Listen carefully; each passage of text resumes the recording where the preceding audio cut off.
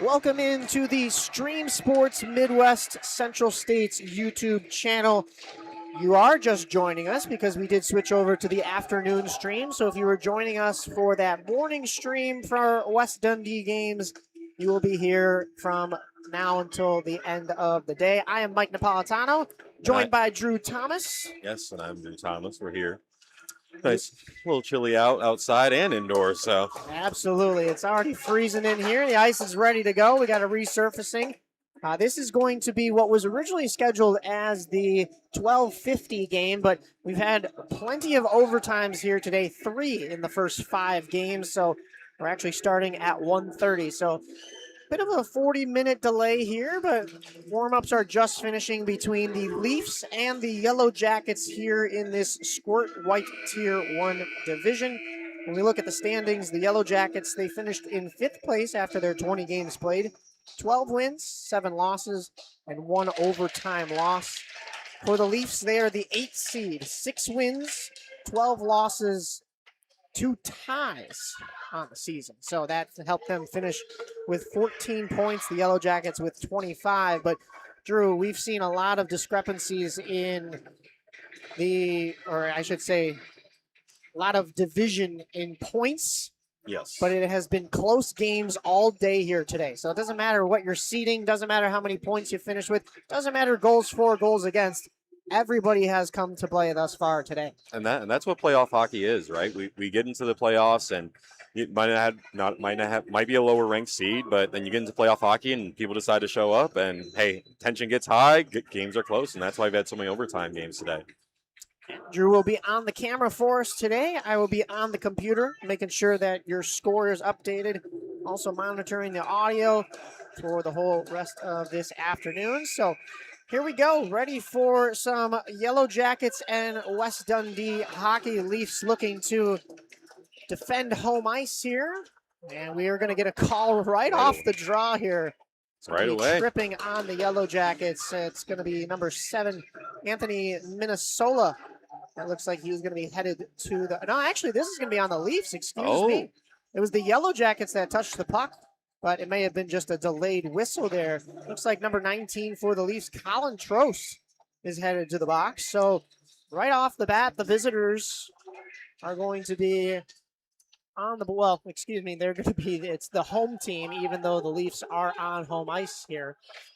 It'll be the Yellow Jackets on the power play. They start off in the offensive zone. The man I thought was guilty of the tripping, but probably got tripped. That was Minnesota. He dumps that puck down low. The Leafs pick this puck up in their defensive end and try to flip it up the boards, but that won't get out. Another keep at the point by the Yellow Jackets. They push that puck back down low. And a nice flip out of the zone for the Leafs as this puck comes back all the way down into the Yellow Jackets end. Yellow Jackets in those white Penguins-esque jerseys. Pinched off there along the half wall on a shorthanded attempt. Look out, a blown tire and a breakaway shorthanded. Shot came up and drilled the mask of goaltender Ray Paletta on the Yellow Jackets side. So a great shorthanded opportunity there for the Leafs. That was number 81. Oh, that puck comes on net as well. The Leafs have to clear. It was number 81, Nicholas Strachura. So the Yellow Jackets power play was looking good at first and then had a little bit of a mishap there. They'll just dump that puck deep and go for a change. It's going to be practically a full sail line change. They only have 4 skaters out there. There comes the 5th. Well, the number 59 is keeping it on the power side play of the ice. Yeah, basically a 1-on-4. Even though his team was on the power play, it was a 1-on-4 opportunity in favor of the shorthanded side. The Leafs, 2 seconds and 1, and that power play is over and done with, but Yellow Jackets still trying to push the pressure in the offensive zone. That's Clancy stealing the puck away and keeping it in the zone. Shot from a tough angle goes off a defender. And that puck found its way towards the crease, and goaltender Grayson Kelly was able to squeeze the pads and cover up. 10:09 remaining in this first period. We got 12-minute periods for this Squirt level. It was really good by the Leafs to hold off on the power play early. Yeah, shutting things down, even though they gave up that infraction with just seconds off the clock, and there's an offsides call. I like that is Declan Janota, his tape job. He's got the yellow and the black striping just like his jersey, so a little creative there. I know Hannah was talking about some tape jobs in the last game, and we'll continue pointing out the creativity and the uniqueness. That's something about hockey is, and I think, people talk about them not being able to display it as well. I think this age level and, the ones that came before and the ones that come a little bit after get a chance to show a little bit more of their creativity, especially goaltenders with masks. Now, Yeah. I think at this level, they're not necessarily getting them custom painted, but, they'll still show a little bit of their creativity and their personality in their designs that they do choose for goaltending helmets. Okay, creative any way you can. And for skaters, sometimes that has to do with your skates, your Pulling laces, up the jersey, tucking it in, tucking the jersey, yeah, and then of course that tape job too. That puck comes on net and through the crease, but steered away by the Leafs, and it's poked all the way back out. A rolling puck as the Yellow Jackets will control at their own blue line. Throw it up to Christopherson, donning that number 88. Almost kind of looks like David Pasternak right there in the orange and black, but like I said, kind of Penguins-esque jerseys. I'm sure maybe he kind of wears it for Patrick Kane. The U.S.-born hockey player just surpassed Mike Modano for career points as a U.S.-born player. Just hit his 500th goal mark. So I was kind of saying this the other day. This man, this is 2026. 10 years ago, a decade ago, he won the Hart Trophy, and he did it after winning 3 cups in 6 seasons, and he is still setting records to this day. That's insane to me. Like by now, a lot of players would have retired, but he's still able to be one of the best players in all of the NHL, and it's just fun to watch. Even if you're not with the Blackhawks anymore, you still love to see his success. It is tough to see him in that Red Wings jersey. I went up on New Year's Eve to see Kane versus Taves, which was quite the spectacle. But here come the Yellow Jackets on a 3-on-2 if they hurry. Poked off to the corner, and that's thrown through the slot, and the Leafs will try to steer this the other way. But yeah, that was an exciting one. He was sitting at 449 goals. He was playing Taves. A shot. That one. Nice shot by Trost. Waffle board of goaltender Ray Paletta. In from the corner, and that one found its way to the back door, but was bouncing, not able to corral it on the back door were the Leafs. Leafs getting a little bit of offensive zone time now after momentum has shifted the other way, but here comes Christopherson the other way. Christopherson trying to muscle his way into the offensive zone, and he gets knocked off the puck, and the Leafs are going to go the other way with it. Trost donning that 19 now. So there we got a Jonathan Taves on the other end of the ice there too. Maybe it's a Steve Yzerman. So many great players have worn number 19, and Trost giving a good back check here, representing 19 well. Smith, though, carries that puck in, and his teammates got a little bit eager. That was number 50, Michael Clancy, that just snuck across the blue line there. 7 minutes to go here in this first period. Exactly 5 minutes gone from this first period. I did see Taves when he came to town as well. I went to those were the 2 games that were on my schedule. Oh. Go up to Detroit. I had never seen Little Caesars. I had never even seen Joe Louis. And go see those 2 play against each other. And then when Taves comes to town, but yeah, congratulations to Patrick Kane. And can you imagine he's still not even on that U.S. Olympic roster? I thought just maybe he'd get one last hurrah, one last kick of the can. And that puck floats past the crease and wide. 6:42 to go here as it's dumped down into the Yellow Jackets corner. Leafs throw it back to the point. Brown, a floater that doesn't make it all the way through the net. And it's picked up by Smith in the slot. Look out, here's a turnover right at the blue line, and coming the other way are the Leafs. Rising shot on the near side, and David Carvel tucks it in.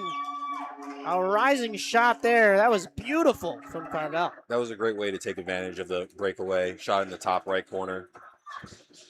Hey, you got to capitalize when you can.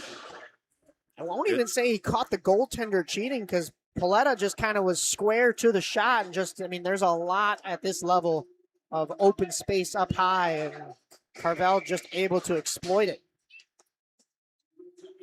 But yeah, you mentioned that's great way to take advantage of that opportunity right there. So a 1-0 game in favor of the Leafs. Just about 6 minutes to go here in this first period. The away team technically, but this is Leafs Center, so they're almost kind of on home ice. That's like if the Blackhawks were the away team at the United Center. A little odd, but we'll take it. That one is swallowed up by the goaltender, Paletta, and we will get a whistle. So you would say they do have some type of home field advantage. Right, even though they're away. You might not get the final change because you're the guests and not the home team. They might treat you a little differently, but it's not exactly like baseball where you got to worry about last wraps, right? Yeah. So you do know your boards, you know your ice to an extent, and most importantly, you know your teammates. And this feels like home for them, so you got to imagine that gives them a little bit of a boost. We also mentioned they are sitting a little bit further down in the standings than the Yellow Jackets, so that's got to be a little bit of a helping hand when you're trying to punch upward, you know? Not actually, though. No punching at this level. Trost tries to bring that across the blue line, loses it.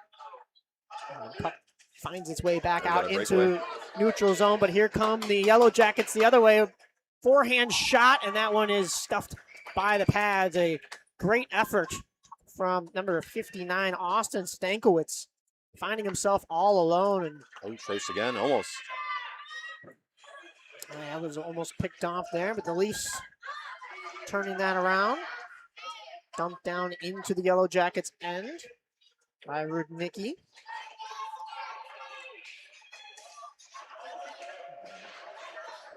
Leafs keep that in at the point, but it's floated all the way back down. It looks like we will be getting an icing here. It'll go the length, and referee will blow the whistle. 4:45 to go in this first period. Leafs up 1-0.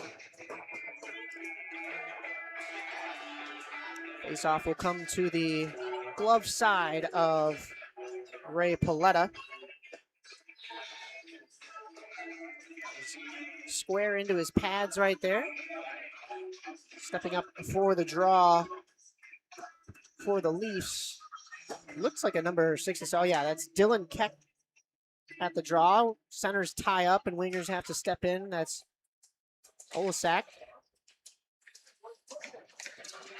And coming in with it once more is Minnesota. Anthony Minnesota going wide with it, protecting it on the backhand around the boards. And it hits that weird little bump in that corner. And that's maybe a little bit of what I was subconsciously referring to when I was saying the Leafs have that home ice advantage with their boards. Is we've seen that puck hit right where the Zamboni door is a couple of times and take a weird bounce throughout today's games. And you got to wonder if that's just how this rink is. You got to be watching out for it, as that puck stays in the zone.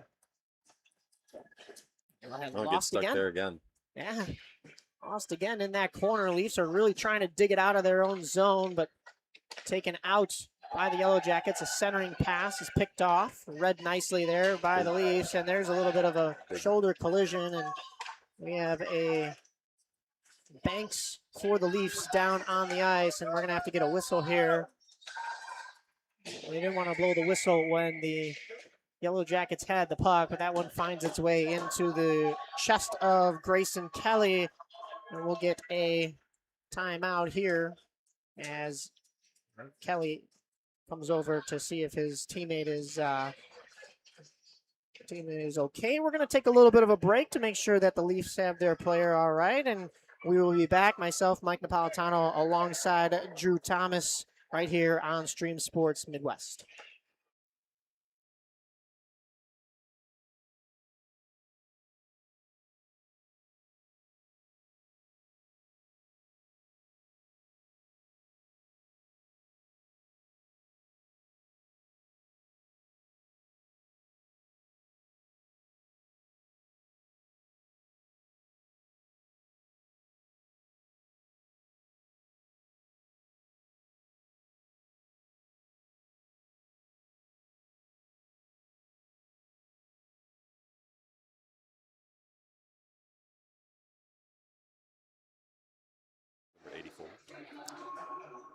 All right, back almost underway here. We're going to get a face-off to the blocker side of the goaltender, Grayson Kelly, and that was Carter Banks that went down. He was able to skate himself over to the bench, and he's getting looked at the moment, but getting up on his feet was a good sign, and looks like he will be hopefully returning to the action, maybe just shaking up a little bit on the play. 3:19 to go here in this first period. In behind the Yellow Jackets end. Sticks along the boards, but it's the Leafs that come out with it. In the skates, and didn't know it was there for the Leafs. Oh, but picked right back up is number 81, Nicholas Stratra. And the Yellow Jackets will be able to exit their zone. They'll get as far as center, and they'll be dumped back down to their defense, so they'll regroup in their own zone. Christopherson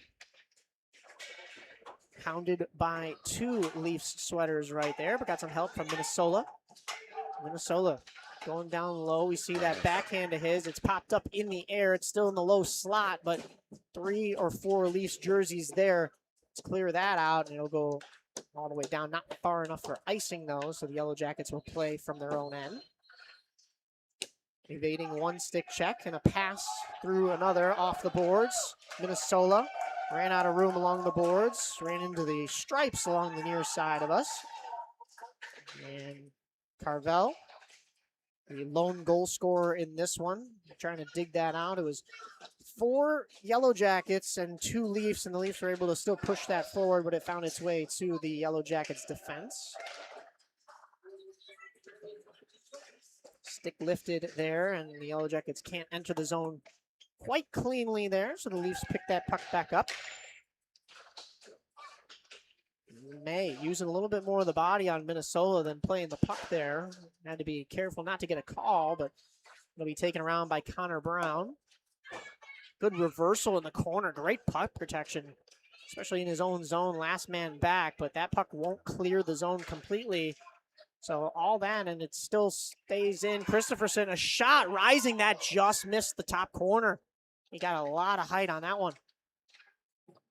And the Leafs will finally be able to clear their end. It's to the defense of the Yellow Jackets, and they're turning this puck right back around and going right back in. May skating hard with it now, out of his own end. Evades 1, evades 2. Coming up the wing, cutting to the slot, and a shot. That may have hit I don't know if that was the toe or the post. I thought they got off the leg. The leg of the goalie. I think that was off of the goalie, Ray Paletta's leg. That was a quick save on that one. He wasn't even fully down in the butterfly, and another save on the other end, and the Leafs are going to break out with it. It looks like a 3-on-2 if they hurry. Carvel going wide with it. Shot, that goes wide as well.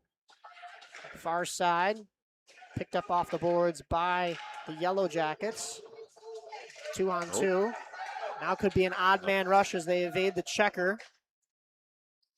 Into the corner, pulling up, cross ice pass, and not able to be played down by Emmett Padula, and we will get a whistle and a stoppage of play with just 4.3 to go here. And looks like we're going to be getting... Oh, another one down. Oh, in the back right corner.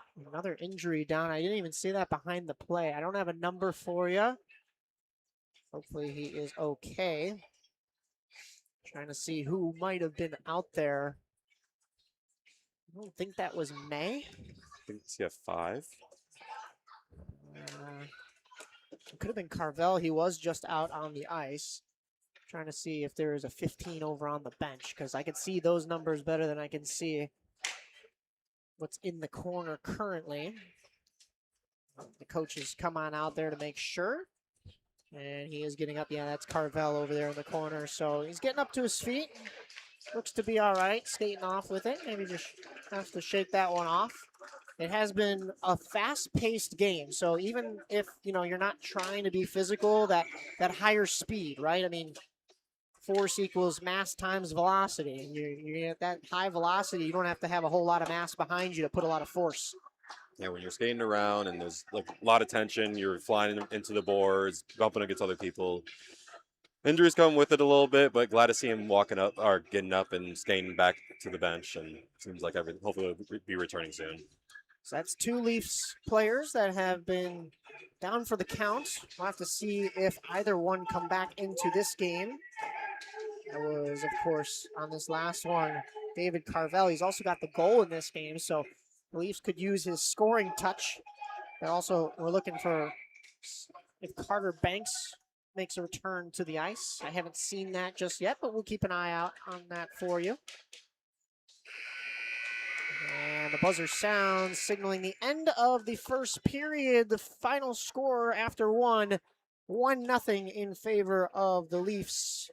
For Drew Thomas, myself, Mike Napolitano, and Stream Sports Midwest Central States, we'll be back from the West Dundee Ice Center right here in just a moment for period 2 action.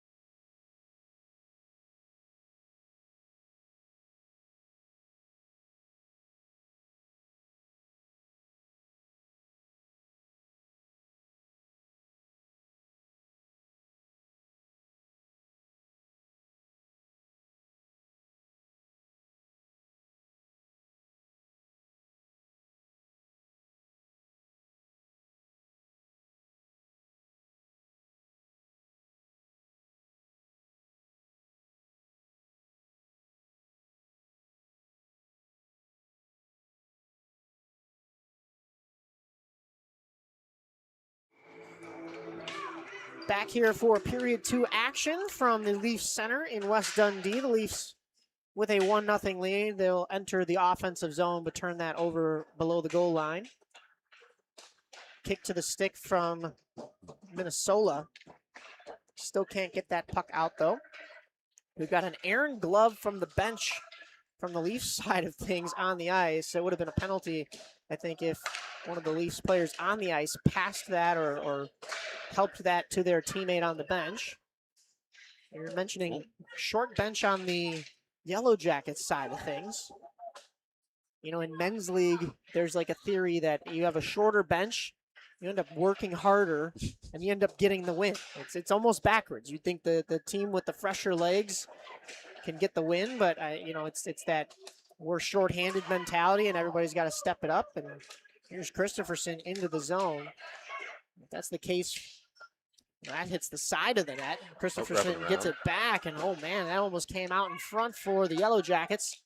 A shot from the near side, and wow, what a wrister, but that one catches the side of the cage as well. Good deep. Oh, double deep.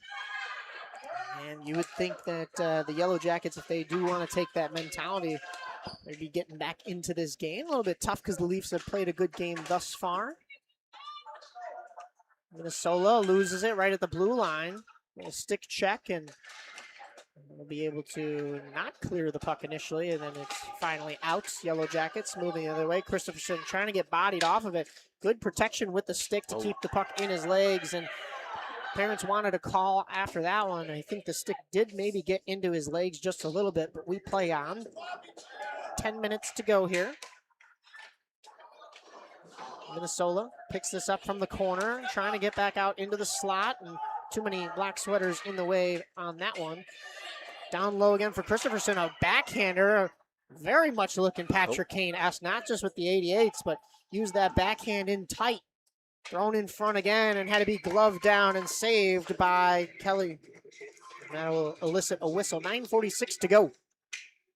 They're getting shot. Yellow Jackets are getting shots on goal, but just can't get past the goalkeeper right now. Yeah, Grayson Kelly's doing a great job. He has dropped down into the butterfly on several occasions. He's quick with that mid and also covering those near posts. They've tried to go high a couple of times, and he's denied them.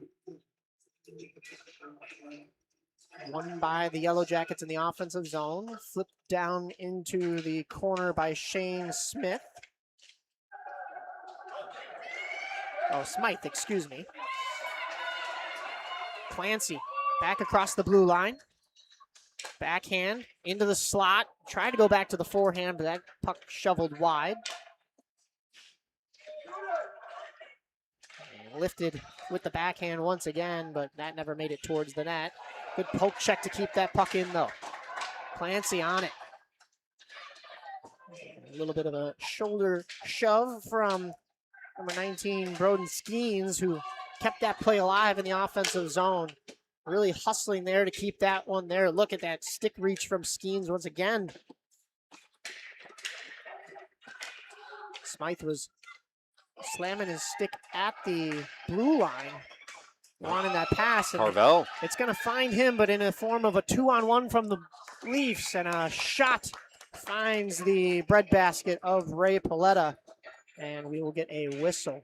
Well, David Carvel's back on the ice, and that was a great shot right up the middle. Good save by Paletta, yes. Paletta, yes. Ray Paletta with the great squared base to the shot, and able to handle that one pretty easily. He's made things look easy, but a 2-on-1 like that, you never know if your defenseman is going to cover the pass or the shot. Sometimes you got to make the decision. Typically, a defenseman will cover the pass, but it also sometimes involves getting your stick down or laying out, and that was tough for the Yellow Jackets defense to try to get. Smythe was still backtracking on that. Turned over, turnaround shot from the Leafs doesn't go through, but it's still in the slot. Smythe on the backhand, moving it up the wall. Minnesota has a little bit of room along the wing. Minnesota shot. That one may have been going wide, but Kelly decided to come slide across and play that one. And look out, that one sneaks through the wickets. Christopherson finally got one right through the wickets. And the Yellow Jackets have tied this game at 1. You mentioned it drew through the wickets. Christopherson finally finding that breath of fresh air that he had been searching for. You saw him take a couple of backhanders and hang around the net. You knew it was only a matter of time. He finds the equalizer for this Yellow Jackets team. That was huge for the supposed home team, actually, here. Oh, Puck stuck is on the goalie. Or stuck on the ref. Yeah, no, yeah, stuck on the stripes right there. They're a part of the game as well. So we play on. Thrown to Trost. Wow, what a save standing up with the blocker by Ray Paletta. That one came up high, and that was a great shot from Colin Trost. Back into the zone is Austin Stankiewicz. Leafs trying to escape their zone, but it won't go. Clancy tried to just shovel it across D to D, but picked off by Trost and out to center. Puck changing hands in the neutral zone. Trost just elects to dump that deep. Janota will have to just turn and fire that the length of the ice. This might go down far enough for icing. Nope, that is going to get waved off. It's playable, and it won't go the distance. So Leafs will play from their own end. Up the half wall. Pinched off by the Yellow Jackets defense. Good puck protection once again from them. They turn that puck up to the defense, though. Stanowitz going back to his own defense. Kick to the stick there. That is Graham Olask. Olask into the zone. Muscled off along the corner boards. Thrown back up the wall and elected not to pinch. It was probably a good idea because Trost has the puck. It was Janota, but Trost moving right around and throws a shot wide. There's 84, Carter Banks back out there, so that's a good sign.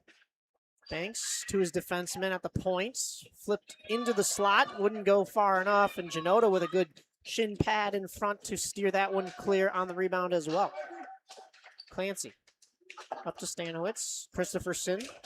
He's got the one goal for the Yellow Jackets, but his teammates were a little anxious and went in offside. 5:40 to go here in this second period.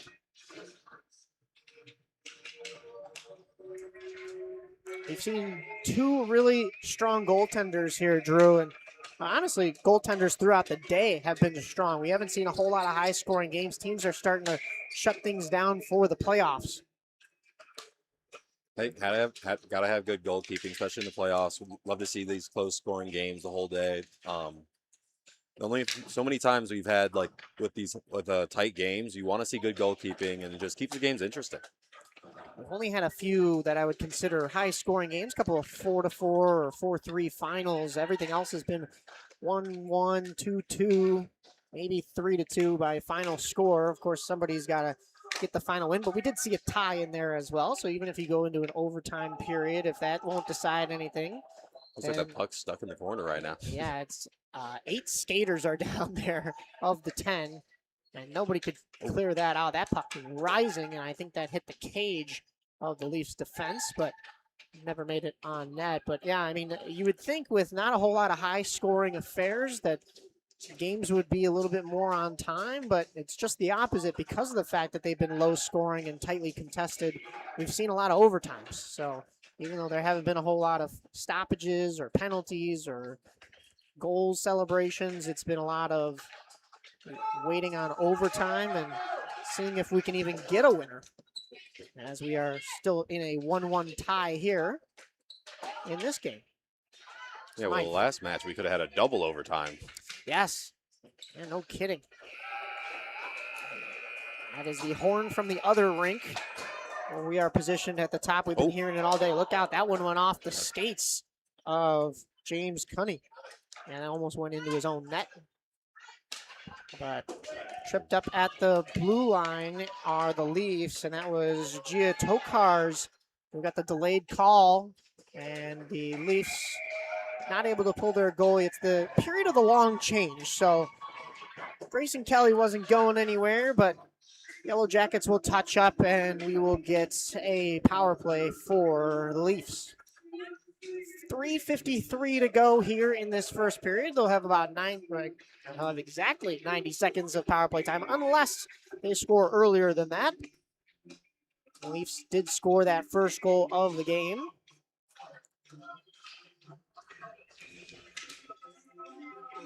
Trost in for the draw. Wins it, and actually had the center, Christopherson, thinking he was going to throw it back, and somehow evaded him completely, almost had a clear shot towards the net. Christopherson dumps that down, killing more time off of this penalty.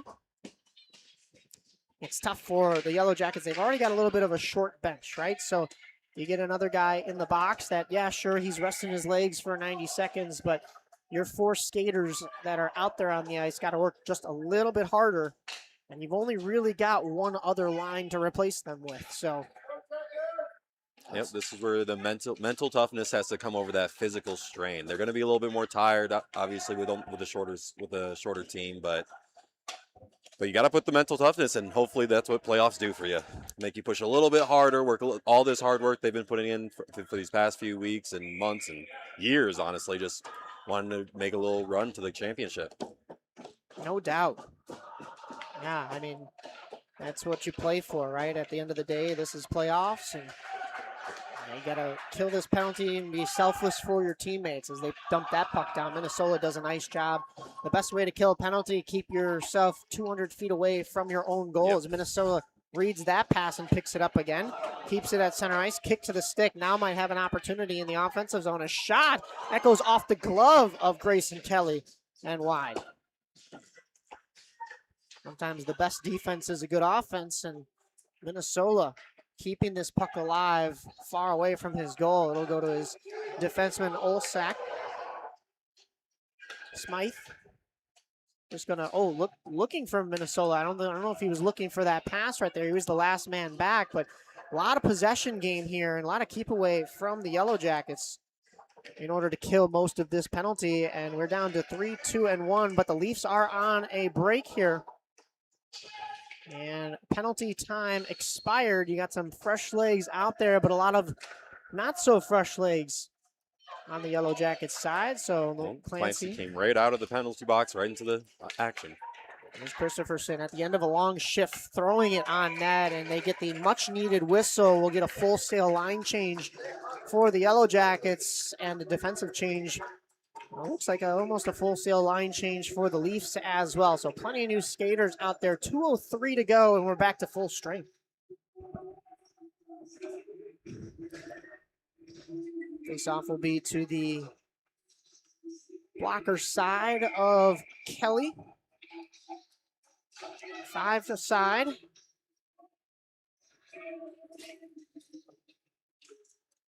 Face-off won by the Yellow Jackets. Leafs control down low. Leafs pry it out of their own corner, but not out of the zone. Yellow Jackets keep it in the high slot. Clancy not able to muscle that puck into his own possession, so it's a 3-on-2 going the other way, but not a clean one. Trost, a tough angle shot, hits the side of the net and finds him once again, and the rebound picked up by the Yellow Jackets. The Yellow Jackets throw that all the way down, but it stays in the neutral zone. And a little bit of a collision there. Fans were up in an uproar, and it looks like we are going to get an offsides whistle, so that'll stop the play with 1:17 to go here. Actually, that may have been the fans from behind us once again. It's been getting me all day. I've never really had this problem when we've done games here at the Leafs Center. I guess people are just a little bit extra excited about the playoffs today, that when hearing everything going on the far side. Might even hear some fans from outside at this point. I hope they're not in this cold. I think it's warmer in here, surprisingly, than it is outside, but just a little bit cold nonetheless. Minnesota, he's been crucial for this Leafs team and taken down there. Got a no call. No call on that one. They were palms up on the Yellow Jackets bench because that happened right in front of them. Tough angle shot from the Leafs. That goes wide. Just under a minute to go here in this second period. Kept in at the point by May. Cleared out. Now here comes Christopherson. He's got the lone goal for the Yellow Jackets. He's got help with him. Christopherson in the slot. Stick checked nicely and not able to get the shot clean off. He still has it from the corner. Weaving out. Moving into the slot. Evaded 3 different Leafs, but the fourth was the one that poked that puck all the way out. Will be played by the goaltender, Ray Paletta. He hasn't seen too much action recently. And we'll be back on the stick of Christopherson as he moves in across 4 Leaf sweaters. And time winding down here as Christopherson had a grand opportunity, a backdoor opportunity for the Yellow Jackets as well, but time will expire. We will go into the second intermission, tied at 1 between the Yellow Jackets and the Leafs here in what was the 12:50 game. We started a little bit later, around 1:30, due to all the overtimes today, but we'll take a break for a moment here on Stream Sports Midwest. Live from West Dundee, myself, Mike Napolitano, and Drew Thomas will be right back in just a moment.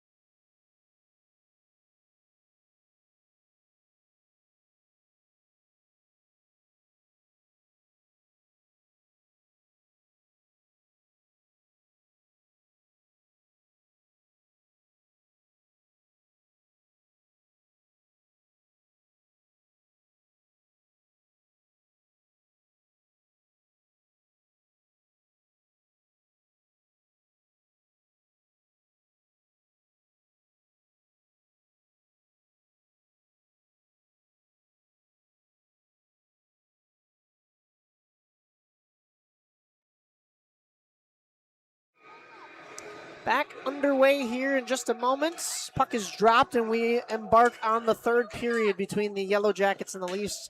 All square at 1. As the Yellow Jackets came back to tie things up. Aaron Stick out there. Picked back up by the Leafs, but here comes Clancy and Skeens on a possible 2-on-1. That one tips off of Kelly and goes wide. Leafs now moving up with plenty of space. 2 defenders to beat, but he's got help.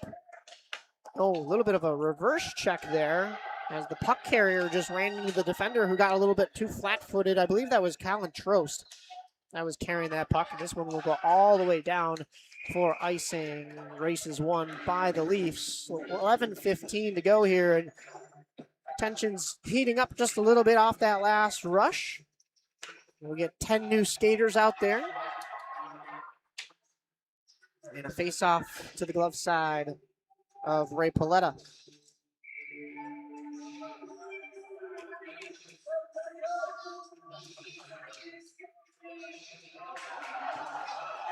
Leafs win the draw, but it's the Yellow Jackets that pick that puck up and clear it out. 2-on-1 opportunity. Minnesota ran into his own man, though, and that one will find its way back out into center ice. Minnesota fighting the body on that one rather than playing the puck, and they both take each other out. That was Banks and Minnesota across the line again. Shot hits off the helmet of Grayson Kelly. Wow, that's using your head, though. Hey, any way, shape, or form you can stop the puck, might as well use your head if you have to, too. Right? I mean, yeah, we were talking about those paint jobs earlier. He's got a couple of marks on there to show his battle scars. We see Kelly not hitting his head with his glove right now, so he's pumped up. Yeah, he was happy about it. Goalies are a little weird, you know, but hey, to each their own.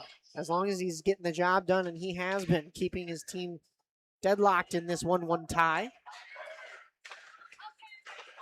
Leafs control at center ice. Trying to dangle across at the blue line, and they do.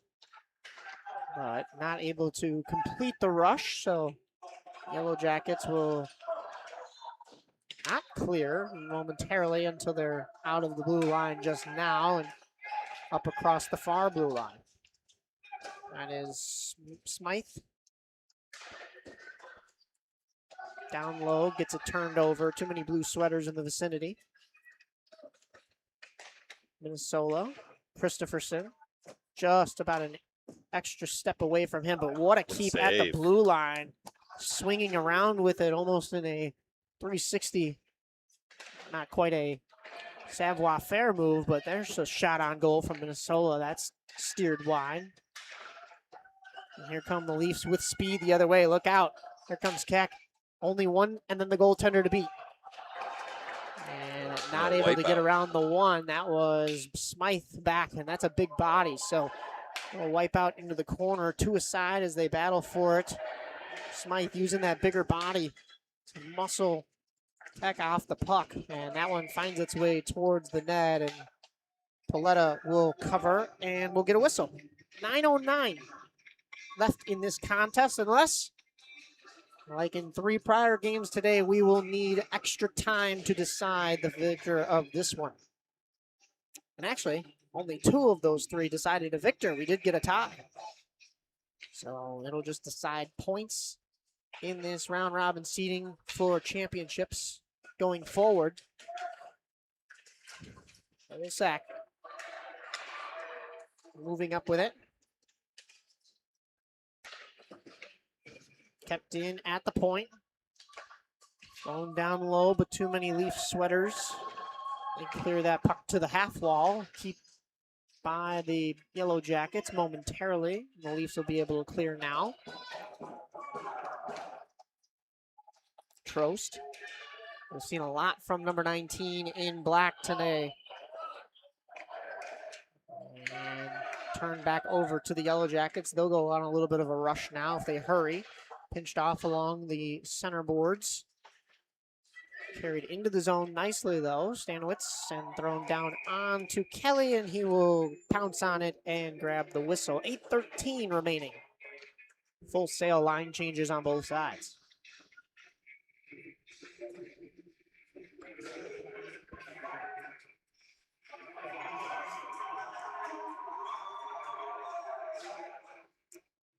We have both teams' goal scorers. We have Carvel and Christopherson in. So hopefully they could get one more goal in to give their team the win. Christopherson, the center, lining up for the draw. Carvel on the wing nearest to his own net. And both teams looking for that game-deciding goal. There's still a lot of time left, 8 minutes, but you got to imagine the next one really feels good or really hurts. It's either going to be a lot more work to have to dig back to a 2-2 tie, or you might feel like a weight is lifted off your shoulders just a little bit. But don't get too complacent. That's the way things go, right? So that next goal is super important, but it's how you respond to it as well. That's part of that importance. Christopherson through the legs of the defender and all the way on net to Kelly. He'll hold for a whistle. Just as you were saying, until the last whistle, they could score a goal, one of the teams, but it's how you respond and how quickly you can respond. So never give up until that last whistle blows, and especially in playoffs, you want to go until the whistle blows, leave everything left on the ice. No doubt, especially in playoffs. You know, you got to imagine that this is what you've worked, like you were saying earlier, so hard for this entire season, and you don't want it to be over in just one day, or of course, you know, just losing doesn't mean you're out. Of course, you got to get some points as well, but you never want your fate to be decided by the tables, right? And by the standings. You want to be able to control your own destiny. And you do that by getting a win, whether you are the lower or the higher seed. Doesn't matter anymore. Everybody's just in the playoffs, right? So who cares if you're punching above your weight class? You got to be ready to go just as much as the other team, and maybe you could surprise them. And that's what I think the Yellow Jackets have done a little bit here. Even though they're the higher seed in this one, they've got the shorter bench, and there's a shot that Kelly thought he had, but it was still loose. Good thing his defense was in the vicinity to clear that out. Brown carries forward with it. The Leafs are technically the underdogs in here, but we talked about that little bit of home ice advantage, even being the visitors, and a little bit bigger of a bench. So this is a very even matchup, and the score reflects that. And Minnesota, a shot that I believe hits the outside of the cage. 6:18 still remaining in this third period as the Leafs thread a pass through some defensemen, and a shot. That was from Carter Banks.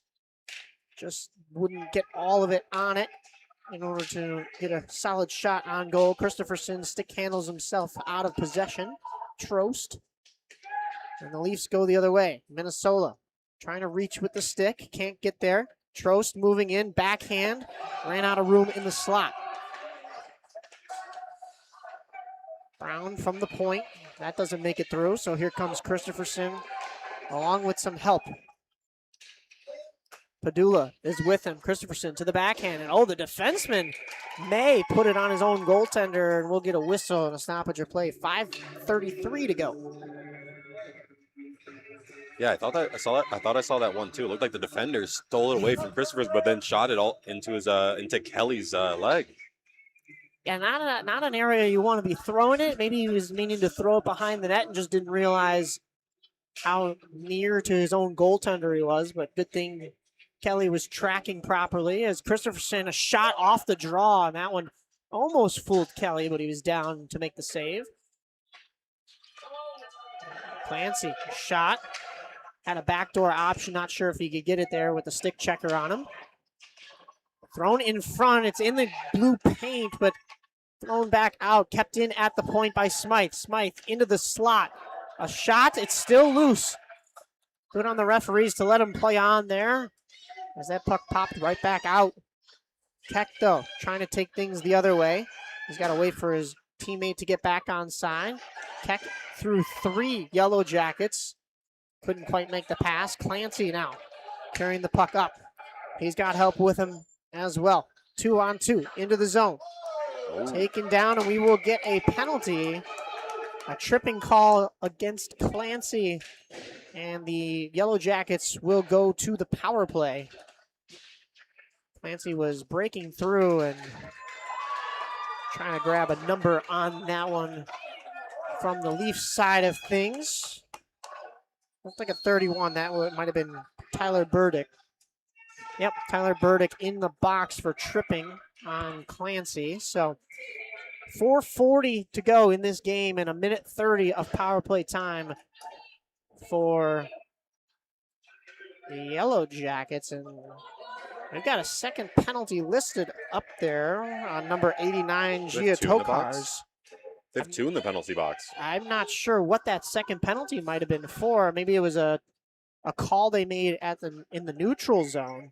So 3v5. So that was a delayed penalty longer than I realized. The referee that ended up putting their arm up for the tripping on Clancy did not have his arm up for that initial penalty. So that must have been the trailing official on our near side. I just didn't see it along the board. So a 5-on-3, as you mentioned. This is a huge opportunity for the Yellow Jackets. They're struggling to even enter the zone right now. A little bit of miscommunication at the blue line. They'll just dump it down.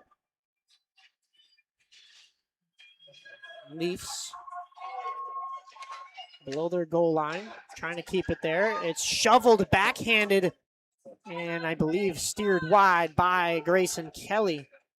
Thrown back in front again, in some skates. Taken out by Trost. Trost has some room to clear the zone, kind of fans on the pass, and can't get back in order to retrieve his pass. So the Yellow Jackets will come back into the zone and look out, a turnaround shot. That goes wide. 27 seconds still remaining on both power plays. Kelly's working hard.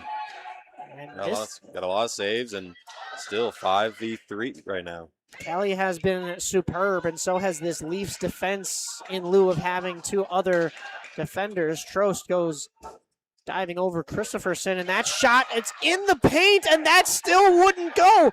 Oh my goodness, how did that not go in? That stick must have stuck out all the way in order to keep that puck from going behind the net. As both penalties expire, we're back to 5-on-5 hockey. And my goodness, Grayson Kelly, can you believe this? That is absolutely insane. He was diving from the left side, the right side. He was all over the place, and that was a great way. And now take this momentum for the Leafs and see what they could do with it. Wow. I know there were some Leafs defenders in the crease as well, so I want to give credit to that. But Kelly just standing on his head to keep this game level in the dire moments of this game. 3 minutes to go here in the final period of this one, unless we are going to need any kind of overtime.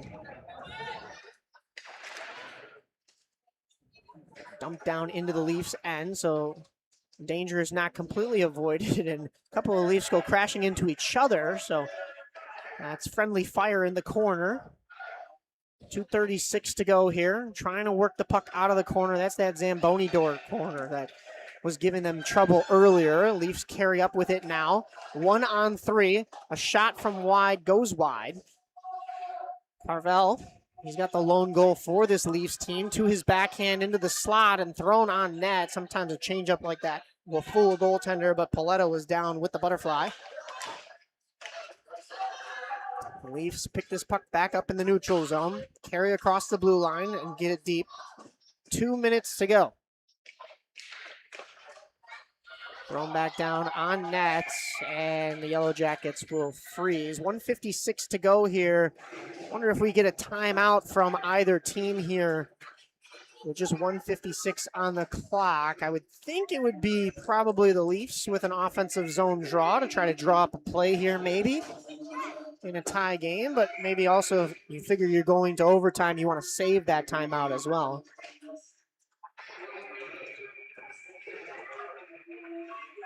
Leafs win the draw in the zone. It's thrown right back out though. 1:40 on the game clock. May flips it up to a winger. Carried up now by number 82, Madden Glumkowski.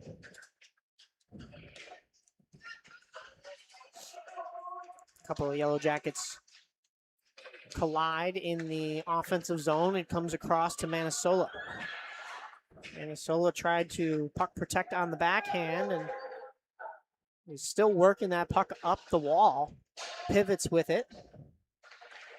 Still in possession. A turnaround pass, and nobody was quite on the back door in that same wheelhouse, so it just slides right across, finds its way back to Manasola. Good puck protection once again, but too many Leaf sweaters there, and they'll be able to clear it away from him, keeping that out. Trost with also some good puck protection on the backhand. Trost kicks to the stick.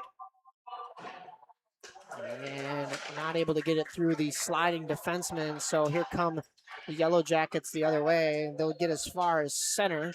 38 seconds to go in this game as we look at a 1-1 tie. And look out, here come the Leafs up the gut. And not able to get the shot across. Too many white sweaters there to snuff out that attempt. Christopherson stick checked as he got across the blue line. 18 seconds to go. This could be the final rush for the Leafs. Saucered in on the defense, and 10. Here comes the final rush for the Yellow Jackets. A shot from wide that's steered aside by the goaltender Kelly. Comes in front, and a point-blank shot as the buzzer goes from Christopherson, the man who's got the lone goal for the Yellow Jackets, was left all alone in front. But it'll remain a 1-1 tie as we head to overtime here. Drew, I mean, we've seen some incredible back-and-forth action throughout this third period. No, this game has been good. I mean, this is another overtime game to add to how many overtime games can we see in one day. But no, both teams, we had a great defense work from both teams. We've had a lot of shots on goal, and both goalies are playing great. A lot of defensive, like taking the puck away from each other, and this is good playoff hockey. Both teams know it. They've got that playoff mentality going. Otherwise, this game may have been decided long ago. I can't even tell you by who, because we've seen greatness from both ends, whether it's been in the offensive zone or the defensive zone with goaltending to boot. 5 minutes on the clock. We'll get some 3-on-3 hockey with as much overtime as we've seen in the previous games today. We haven't really seen a whole lot of 3-on-3 action. A lot of teams have gone into the overtime with a power play, so it's been 4-on-3 until that power play expires, and then you add a fourth skater, so it's been 4-on-4 for like the majority of the 5 minutes. Referee making sure both stellar goaltenders are ready to go here for this extra frame. Thrown into the Yellow Jackets end. It's Olsak, Christopherson, and Minnesota for the Yellow Jackets. On the Leaf side of things, it's Troost and Carvel and Cooney. Troost moving in with it to the backhand, a shot, wow. Staying with him was the goaltender, Ray Paletta. And here come the Yellow Jackets the other way, 2-on-1, Minnesota and Christopher. Oh, wow, Minnesota was trying to get that over to Christopherson, but just lost the handle on it at the blue line. And look out, here comes Troost and the Leafs. Troost loses it at the blue line. A little bit of deja vu at both ends of the ice. And that puck is sent back in by the Leafs, and that's an offside, so we'll get a draw right in front of the Leafs bench. 4:01 in this fourth period, basically. That was a really good backhand, and Paletta just absolutely saved it. Hit him right in the chest.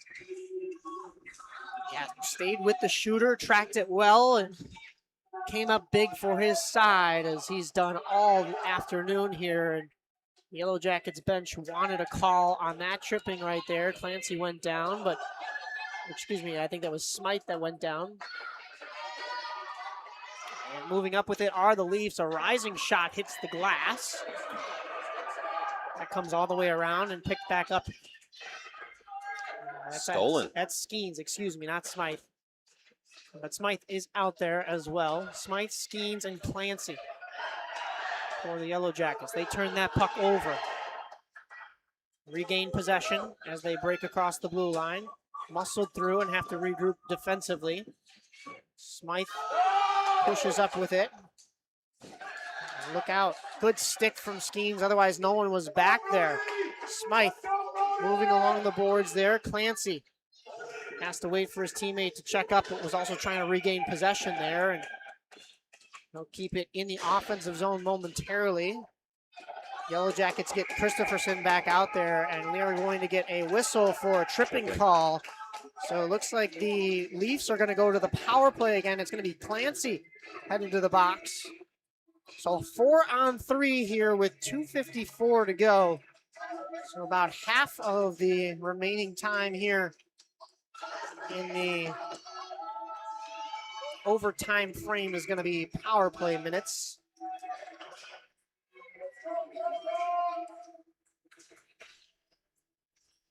Trost lining up for the draw with Christopherson. Christopherson wins it. Had to go and retrieve it into the corner himself, and he comes out with it. Christopherson across the blue line. Shot off the defender and almost fooled the goaltender as he was sliding one way to meet the shot, and it redirected off of his own man in front. Down low, Christopherson. He's not the biggest guy, but he's been effective here for the Yellow Jackets. But look out, here comes Troost the other way on a breakaway. Breakaway in overtime. Troost on the forehand, a shot. It finds its way into the back of the net. Troost and the Leafs knock off the Yellow Jackets on basically home ice as they mob him right at the half wall there in front of the Yellow Jackets bench. And the Leafs with a huge victory here to knock off a higher seed in the Yellow Jackets. Yellow Jackets had a short bench. Leafs had a little bit of that home ice, but it was a great game played by both sides. We'll get the handshake line in there, and boy, oh boy, Drew, we've been spoiled with some incredible hockey today, but this game, I don't know, something about this game, this was some of the best I've seen all day. This was fun, and I can't stress this enough. When you get to see overtime hockey, and especially close games like this where goalkeepers are flying all over the place, and it had to come down to one last shot to take advantage of the power play, and Trost came through and capitalized on it. But great game by both sides. It was really fun to watch. Unbelievable. Well, if you are tuning in because you're probably looking for the 2 o'clock game, as it is 2:30 already, you're not late to the party. We are late because we've had so many overtime games already here from West Dundee. So the 2 p.m. scheduled Hawks versus Winnetka game is coming up right here. You're in the right spot, though. Stay on this stream as we will bring that to you in just a moment. For my color commentator partner and also cameraman Drew and myself, Mike Napolitano, we will be seeing you in just a moment here from West Dundee.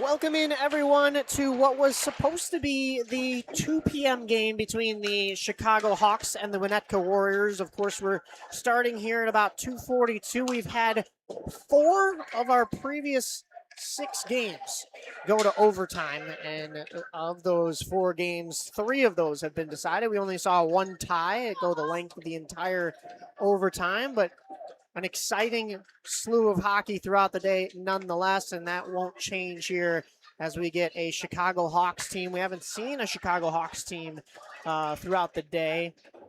We've seen a Chicago Blues and Chicago Jets, but they'll be going up against a Winnetka Warriors team, and we did see Winnetka in these really nice neon green, almost like those alternate Dallas Stars jerseys with the blacked out with just the neon green popping through. On that side. So the Hawks will be in their red, white, and blue, almost Rangers-esque in the white. And then, of course, in the black jerseys, it'll be the Winnetka Warriors. When you look at the standings, the Hawks in their 20 games played in the regular season, 17-2-1 tie. And they took home that first spot with 35 points.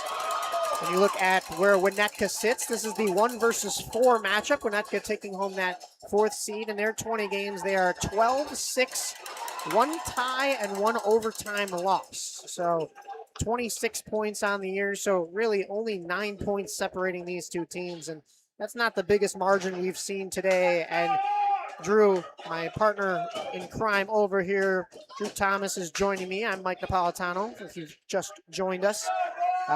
We have seen all close games today. Yes. It's been entertaining nonetheless. A lot of close games, and looking for another one with this 1 seed versus 4 seed. And here we go. We are underway here in period number 1. Hawks control off the face-off. Throw it into the Winnetka end, but they'll have to regroup at center. Another 12 minutes on the clock for us here today. Both teams just kind of feeling each other out in that neutral zone. McMahon throws that down into the attacking zone, and that one is flipped all the way down, but a couple of Hawks were offside, so we get a whistle stopping play. 11:30 still to go in this first period. Your goaltenders today on the Hawks side of things, we have in net number 30, Ethan Sarna. And that 2 goaltenders listed. I do see the other one on the bench. That is Nicholas Oyensko. And turnover, Cox with a shot, near side, just missed. That is number 35 in net, Jax Tarak for the Winnetka Warriors. They have a second goaltender listed on the bench, Clayton Collins. We actually saw Clayton Collins in that earlier game. So this is exactly that same Winnetka team that we saw in the, I believe that was the 8-10 game. That's what it was. Yeah, the 8-10 game. But I will tell you that not only did they get the win over the Vipers in overtime, that was one of those games. They won 2-1, I believe, in that one. But we saw a lot from this team throughout that game. I expect to see a lot more. That shot rises wide. I see a lot of familiar faces and names on this roster. One that is out there right now is number 1, Dylan Norum. Had a stellar game earlier today. One's picked up in the offensive zone. A flip shot and a pad save there from Ethan Sarna. Kept in at the point. And that one flips out into the home bench of the Hawks. So I'll stop play with 10:29 to go. I believe that was Patrick Graham with a nice little shot going glove side, bottom glove side. That's a name I remember from earlier. Yeah, number 58 there, getting the first solid opportunity for Winnetka. A couple of Winnetka players have the eye black on as well. I know the lights are bright in here and the ice reflects quite a bit, but I don't know that maybe they're used to playing outside a little bit out in Winnetka. We got a couple of rosters out there that like Winter Club have outdoor rinks, and Chicagoland is good for that, especially this winter. We've had a couple of mild winters, but of course, this winter has been brutal for the most part. Into the corner now. Pinched off the puck. Down on the ground is Nellie Frank. We saw a lot from her in that first game, and that puck escapes the point man for the Hawks, and it'll go all the way down for an icing. That was Max Malaniuk. Malaniuk was at the point, and that just went a little bit too far, and an icing call nonetheless. Cox will line up for the draw for the Hawks. Puck is dropped into the skates of Cox and picked up by Cole Fensteel.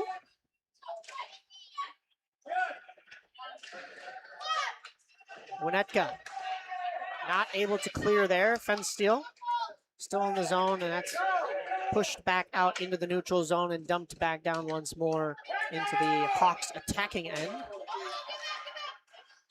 Cox to Fensteel, loses it in the slot. There comes Graham once more, looking for another grade A opportunity, but gets pushed off into the corner. This one is thrown the length of the ice, but not going to go far enough for icing. So regrouping there for Winnetka is Ward Oliver, excuse me.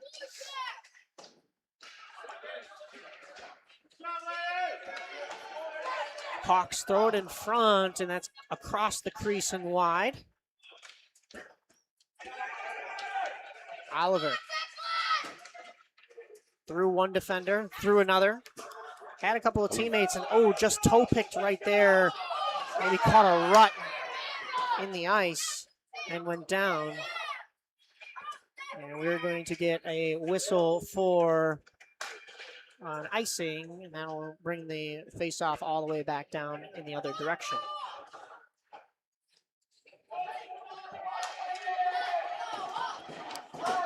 .808 to go here in this first period. Still no score between Winnetka and Chicago.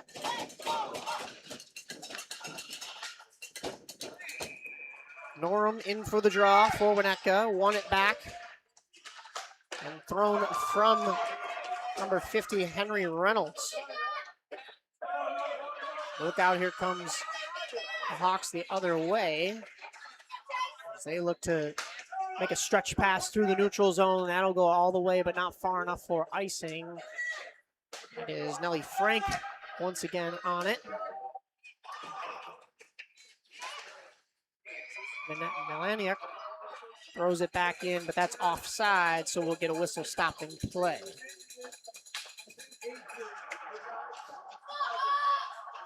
Five skaters for the Hawks.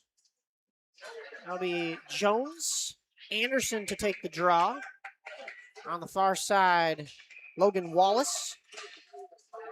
On defense, you have Jordan Portillo and Landon Dorovic. Fresh skaters out there for the home side. Norum up the half wall, pushed back down low. Hawks try to clear once more. They will, but only as far as center. Picked back up by Anderson. Anderson cutting through the defense, has a little bit of room. Jones trying to find a pass back to the middle. Wallace now on it. Wallace stick handling in the corner. Thrown in front to the point to Dorovic, excuse me. Shot that goes wide, and Winnetka able to pick back up and clear their zone. As far as the red line, stick checks, Norum there. Stick handling through one, a really nice move, and just couldn't get the handle on it when he went to go take the shot. So just a beautiful toe drag move, and just couldn't complete the rest of the move. That's on the blue line, and we will get a call that did cross, and that's an offside. So A whistle stopping play, 6:30 to go. That was a beautiful move by Dylan Norm. He just couldn't finish it. Couldn't finish it off. We've seen some stick handling from him earlier today, and I know it was before you got here. It was myself and Andrew, and I think Hannah was there, of course, for that game. So we saw what Norm is capable of. But, I mean, of course, you got to imagine playing a second game here, you're probably a little bit tired and kind of starts to drain on you. Luckily, there was a little bit of space in between the two. That puck goes wide. But the hands have still got to be feeling it, right? You got to have those hot hands, and that is still a threat against this Hawks team. They got to watch out for it. 6:03 to go. Looks like they just got tangled up along the wall. Oh, got a hand up. We've got a delayed call here as we got a cross-checking penalty. So it looks like the Hawks are going to the box, and it'll be a power play for Winnetka. As number 29, Luke Van Sickle, headed to the box for a minute and a half. 5:40 still to go in this first period. No score, but a grand opportunity for this Winnetka Warriors team as they put their top line out there. They've got Henry Reynolds, Dylan Norm, and that was number 58, Patrick Graham, trying to take the shot right off the face-off. A little bit of a touch pass situation, trying to get that puck to the back door, and it just wouldn't go. Hawks clear. Length of the ice, but no icing. Thrown back the other way. Portillo there is going to corral that. Flip a nice saucer pass to Lee, but it was a little too hot to handle. Still got a tip on it, though. Winnetka will have to regroup on the power play. Hawks have had some offensive zone time here on the power play, and they've got some loud fans here. You could probably hear them even through the microphone, and it is full hockey swing here between these two. And there's a whistle stopping play, and get an offsides call as the Hawks have really put on pressure despite being shorthanded. Yeah, it was a really good job by the Hawks putting on pressure during they're the ones without a player right now. So it's a great way for the great when you're the one on the when you're the one without a extra man. It's a very good job from the Hawks to be the one taking offense right now. It's hard to do too, but there is a lot of open ice out there if you could take advantage of it. Sometimes we see even at this level, you see a lot of power play units that, you know, maybe aren't sure quite how to get into the zone and use all that extra space. It's almost a little bit easier, ironically, playing 5-on-5 when everybody has their own man. You almost kind of don't know where to go, and that's where it allows that shorthanded team to kind of work a little harder because you're shorthanded, and also get that extra space to do something with it. Create a little confusion as here comes Winnetka. Man advantage is over. They carry into the zone though. Not able to get that puck deep enough. So it pops right back out and right back in for an offsides. 4:10 still left in this first frame. Sometimes a power play can hurt you.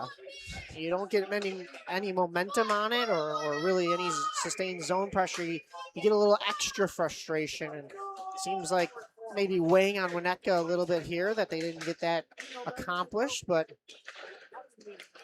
there's still a lot of time left. 4 minutes left in the first period. 4:04 here to go. Cox will line up for the draw. You hear a loud Hawks chant from the right side of the bleachers. The Hawks faithful cheering on their squad. They got a little bit of momentum clearing the puck all those times on that power play and even getting a couple of offensive chances themselves, as Drew mentioned, and that's knocked down with a high stick and played again by the Hawks. So that'll be a whistle stopping play. And we will have a face-off.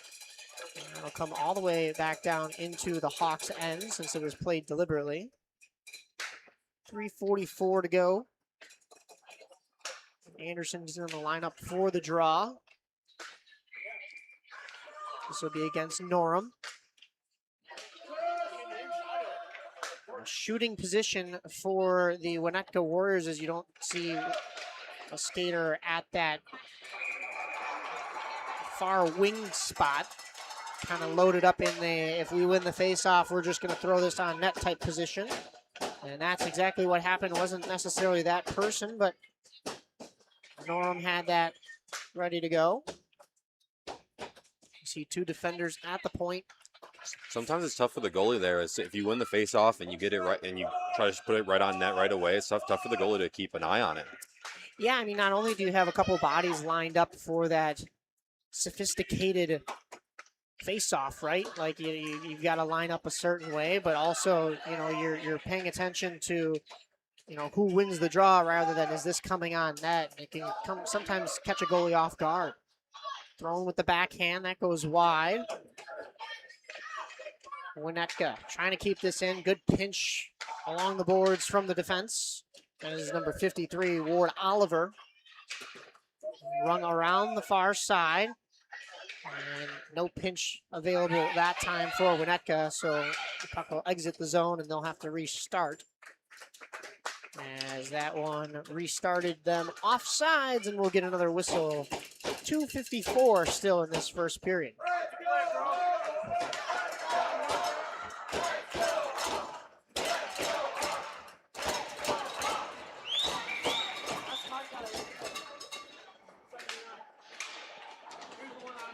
Face-off won by the Hawks. Portillo carrying up with it. The defenseman on the rush. Thrown deep into the Winnetka zone.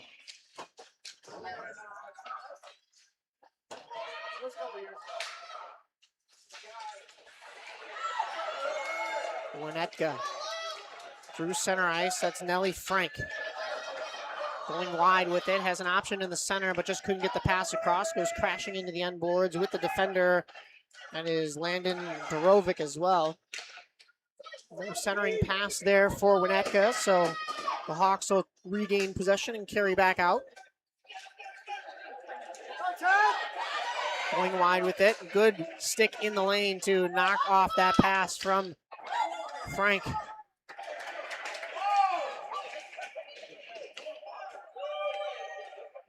Back down into the corner. McMahon throws that puck wide, just may have caught the top of the crease there. Along the half wall. Two Winnetka skaters, and that puck is cleared all the way the length of the ice. And haven't heard a lot of Ethan Sarna's name. Made a couple of great saves, but has some good defense in front of him. He puts his arm up for the icing. So come back down on the other side by Jax Turok. That'll be on the glove side.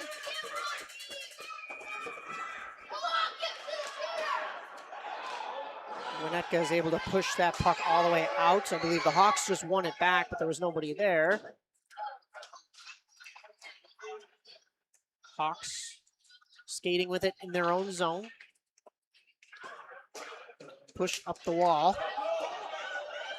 Just evading the stick of Cole Fensteel. He gave chase, and the Hawks took over momentarily in the offensive zone. They'll re-enter the zone. Fensteel again. Going wide with it. Good puck protection on the backhand. The shot goes through the crease in the final minute here of this first period, and pressure for Winnetka is mounting as they struggle to still clear this puck. Sent down low again. Still not out. Hawks keep this in. High slot. Cox try to throw it down low to Fensteel. Cox again from the high slot. That one hits the pads of Jax Turok. 26 seconds to go here. That buzzer's off from another rink, if you did hear that in the distance. Fensteel picks this puck up, trying to cut to the middle. A shot, he scores! 16.9 to go in this first period. And you felt it coming from the Hawks. Fensteel makes it 1-0.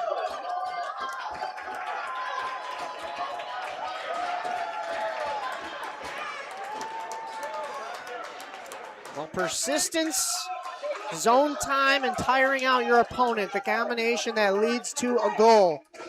And Cole Steele finds the back of the net with plenty of room cutting across the slot. Skating left, shooting right, near side, glove side, and it's quickly 1-0. That is gloved, and we will get a whistle as Tarak elects to hold on to that one with 9.2 to go here in that first period. Drew, you talk about times to score that really throw a dagger or a wrench into the plans of your opponent, and it's within the last minute of any period. Yes, absolutely. If you could score in the last minute of a period, or like after having possession of the puck for almost the entire last few minutes of the period, it's really tough on the defense, and then scoring on top of it kind of makes you go back to the bench and I just have to think about how to come back from it. We'll see how Winnetka responds as we head to the second period with a score of 1-0. Drew Thomas, Mike Napolitano will be back right here on the Stream Sports Midwest Central States channel, live from West Dundee, between the Winnetka Warriors and the Chicago Hawks.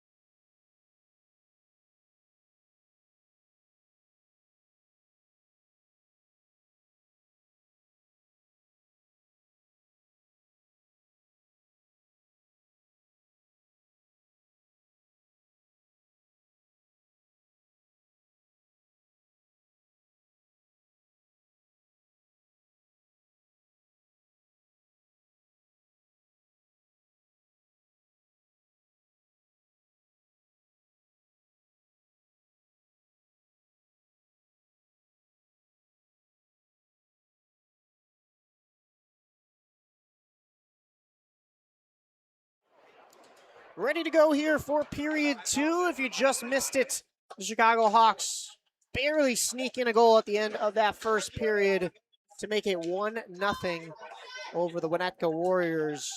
A goal from Cole Steele makes it a 1-0 lead for Chicago as we go into this second period. And we look to see if they want to add on. Wow, a rising shot from Portillo from the point. That one nearly found its way to the far side, but it went wide of the post. Hawks trying to pinch off the Warriors along the boards, and they get possession back in the offensive zone. They dump and chase, but it's picked back up by the Warriors. Once again, dumping and chasing. Just tiring out this Warriors team a little bit. They have a little bit shorter of a bench than the Hawks, but about the same. Not really too much of a difference here between these two teams. Pass up to Norum. Norum on the backhand, trying to go forehand near side, and that one just wouldn't go. The righty had that forehand opportunity for the near side. There's a tip, and that puck was still loose for a moment, but covered up by the goaltender Ethan Sarna, and we'll get a whistle. 10:41 in the second period. Wholesale line changes from both sides. Fresh new skaters in this second period. That was a really good attempt on goal for Winnetka Wings. Haven't seen too many of those recently, but hey, get them when you can.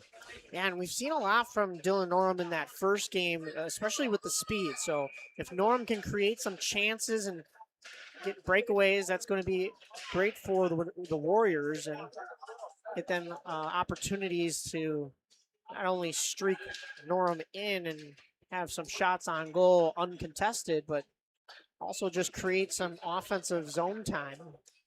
This is the 6th game that we've done here today. I almost couldn't count for a second there. 6th game that we've done here today, and every game has been decided by basically one goal.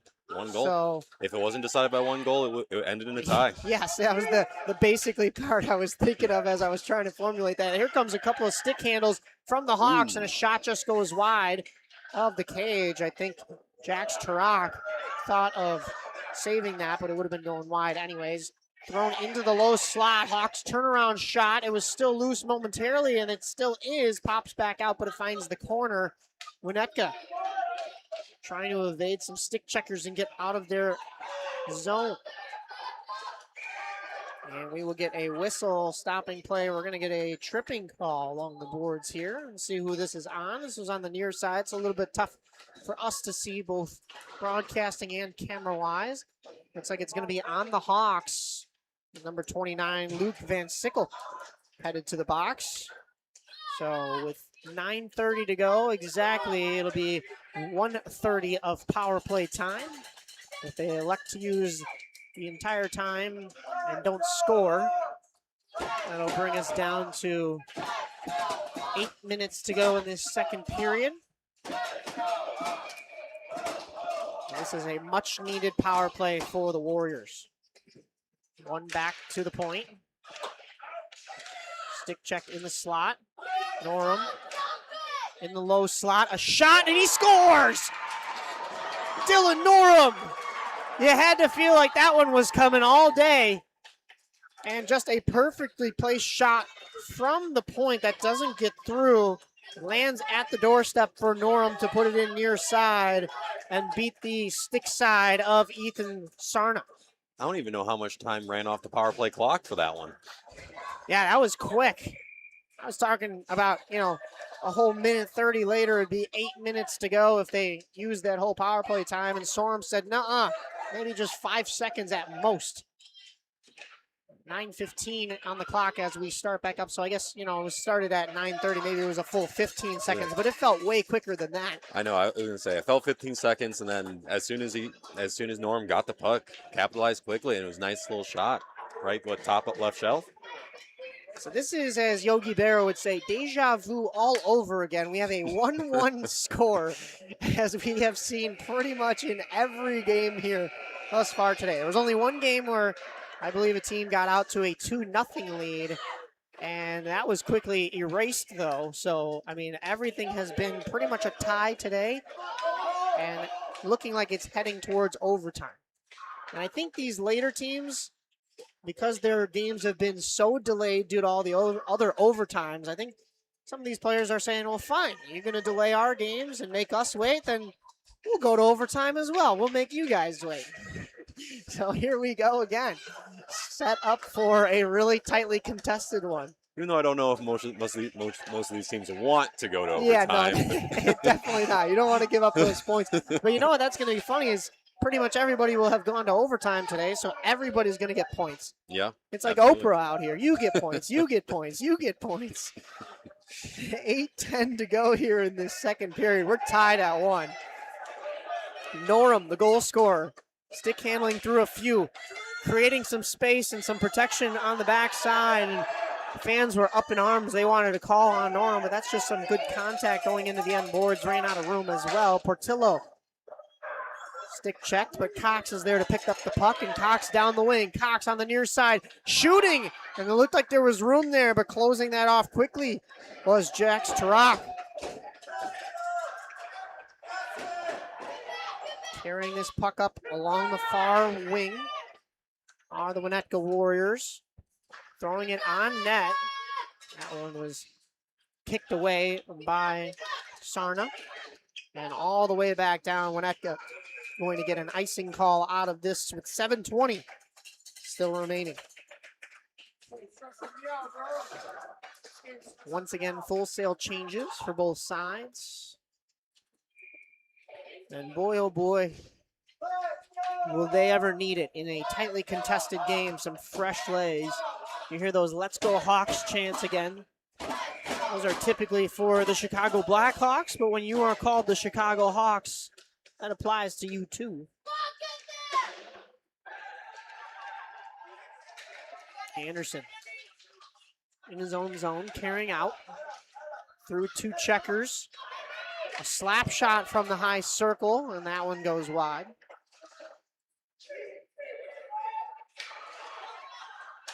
kept in at the point by the Hawks. But Winnetka now clearing. Moving up with it is Ryder Stock. Stock to the center.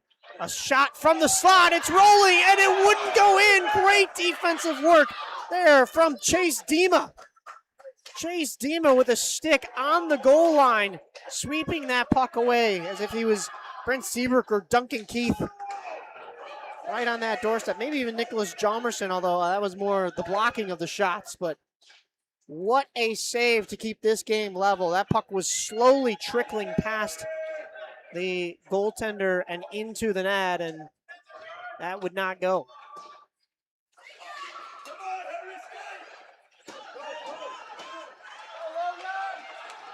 Hawks trying to carry up into the offensive zone. Stick checked as they got across the blue line. Wallace down low. Couldn't get that puck deep enough, and it pops back out into the neutral zone. Dima with that good stick earlier and able to throw that puck in. It comes all the way back to the Hawks defense, and it's thrown all the way back into the offensive zone. You thought it was going down for an icing, but instead it is an offsides. This is that period of the long change here, so there is a door in the offensive zone for the Hawks, and they were busy changing as that puck was being thrown into the offensive zone, so we'll get a face-off right in front of their bench. And Stickle was in the box earlier, but takes the draw and wins it for the Hawks. Winnetka stopping that puck before it even gets past the top of the umbrella there. Puck changes hands in the neutral zone a few times here, and back on it is Portillo. Passes that into Nelly Frank, and Frank has some space along the wing, cuts to the middle, and a shot into the pads, and look out, it's still loose. Frank's still on the ground, not able to get up, but there was a rebound opportunity there. Here comes the Hawks the other way. Sliding on the ice, and a glove save had to be made, and an awkward one from Jax Turok. It's not exactly like a baseball mitt, so you can't really field a grounder like that. So that's a little bit tougher if you're not using your pads. There's another shot from Dylan Norum, and that's into the breadbasket of Ethan Sarna, and we get a whistle. 4:39 here in period 2. 1-1 between the Hawks and the Warriors.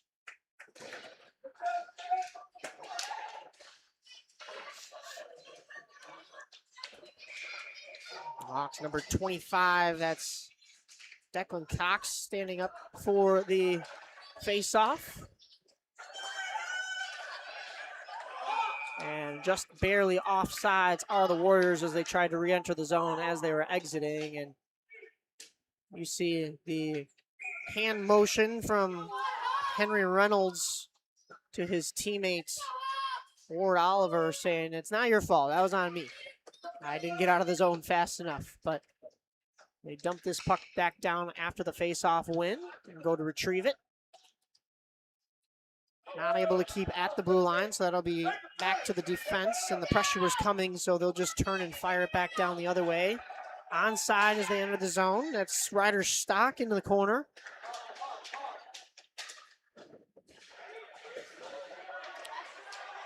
Puck is rolled off the half wall on the near side all the way to the far side half wall. So cross ice. And coming up with it is Fritz Lark. Lark on the wing. Snuffed out by the Winnetka defense, and they shimmy the other way, but it's not enough as there are too many white sweaters around. Then Steele fighting for that. He was catching up and gaining ground, but there was a corner there that wouldn't allow him to. If he had just a little bit more room ice-wise, I think he would have been fast enough to get to that puck first. Cutting to the middle are the Warriors. A shot, and what a goal! Beautiful power move to the inside. And a beautiful goal from Patrick Graham. He makes it 2-1 Winnetka.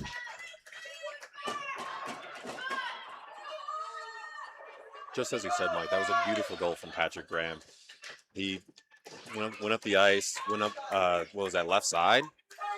Yeah, and Patrick Graham, I think he went to the bench now, but trying to gauge, trying to remember, yeah, I think he's a lefty, right? So that's a little bit of forehand, backhand to get to the center, but then back to your forehand to put it in the side you came from, technically near side, and just slot it over that right pad of the goaltender,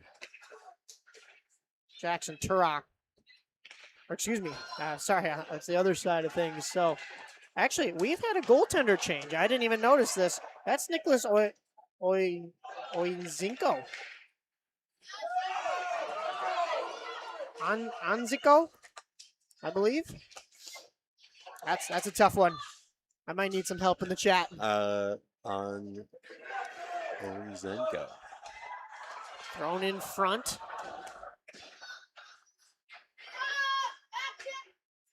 I'm going to go with Anzisko. Anjiko, maybe Anjiko. It almost kind of looks like Old Czech, so I'm guessing it's a similar pronunciation. And Winnetka entering the zone offsides. As we have 2:08 still to go here in this second period. You hear that "Let's Go Hawks" chant again as they're trying to fire up their side that has now fallen behind. We saw that first goal from the Hawks. That was Cole Finsteel. And nothing since then.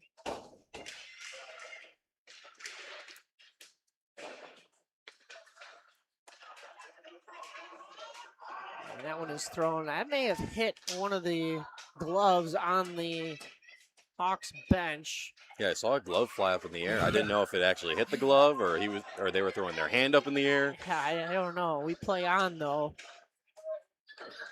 1:42 to go here in this second period, and that one is in on goal and saved nicely along the half of the netting by Jax Turok. So Jax has stood pretty tall in this one. Just that one goal from Finsteel that I was talking about, and I mean, he was all alone in front and cutting one way, shooting the other. Is not a whole lot that Turok could have really done. Chalk up that second goal from the Winnetka Warriors from Dylan Norum, not from Dylan Norum, that was from Patrick Graham, that same kind of way, where cutting through the defense, skating one way, then shooting the other. It was a little bit more square to the goaltender, but just a perfectly placed shot. Portillo. Puck protection on the backhand, dumps it deep. 70 seconds to go here in this second period. Carrying up with it is the goal scorer, Patrick Graham. Stick checked at center. Gets it back, though. Pinches along the board. And that's thrown right back out. Trying to dump that puck in, and Winnetka goes offsides once again as the guilty party, Patrick Graham, once again slow to get back.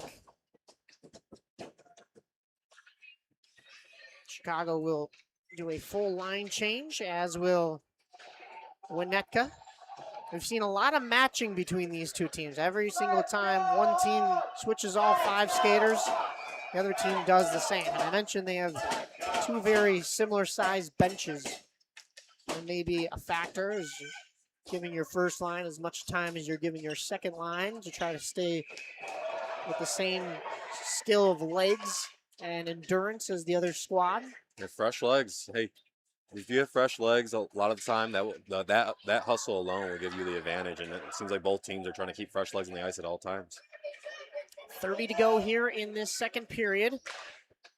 And the Warriors are offsides as Norm was the original puck carrier and across the blue line as the puck was still sitting in the neutral zone and finding his teammates. So 25 seconds on the dot in this second period, and we will see if anybody can make do with that little time still left. Norum lining up for the draw. I haven't seen Winnetka line up to any draws normally where you have a winger on each side. They always seem to favor side. And oh, look out! That one just sneaks past the crease and the open goal. And the Hawks have tied things. I'm not even sure. I didn't even see who the shooter was. Was that Fenn Steele again? It was either 7 or 25. I was a little bit.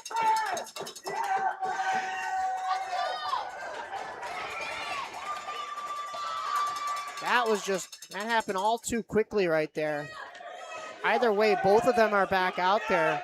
I was just thrown from the side, and hey, you know the old adage, you just throw things at the net and good things will happen. And that is exactly what happened for the Hawks there. So we saw a last-minute goal in, I believe it was last game? Or was that the first period of this game? They're we saw a last-minute goal at the end of the first period for this game, yes. Yep, for the Warriors. And now on the other end, you have Chicago. That's right. You have the Chicago Hawks scoring at the last minute for them. So what goes around comes around here. We'll take a break as we go into the third period, tied at 2 here from Canlan in West Dundee. My broadcasting partner, Drew Thomas, myself, Mike Napolitano, will be right back.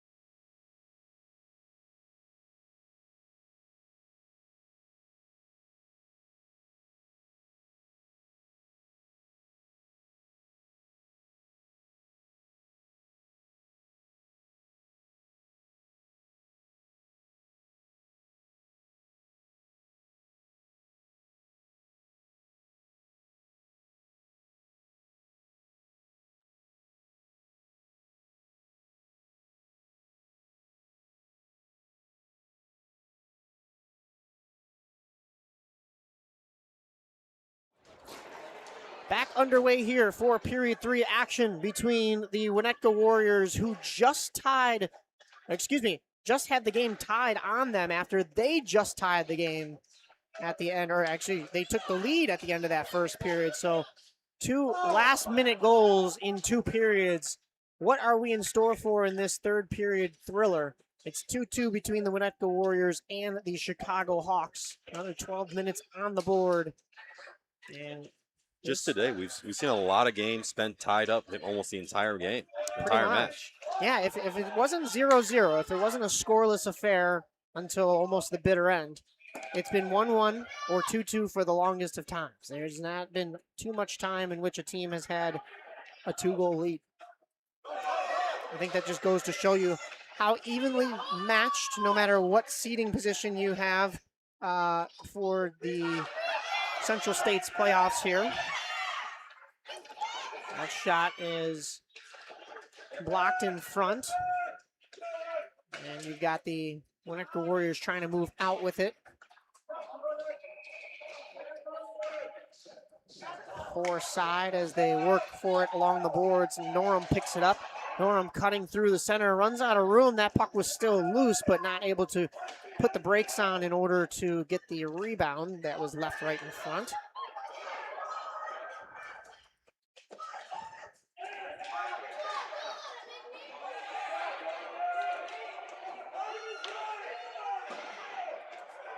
Winnetka pulling it out of the corner. Norum, a shot that hit the mask of the goaltender, Oizinko. Off the side of the cage. That one hits off the board at the end. Winnetka still trying to keep this puck in the offensive zone. The Warriors looking to sway the momentum back in their favor. A near side shot, and Nicholas didn't know where that was, but it went wide of the cage. That gets thrown all the way back down, and that'll be an icing the Hawks are guilty of. So 9:41 to go in this game, and we are still tied.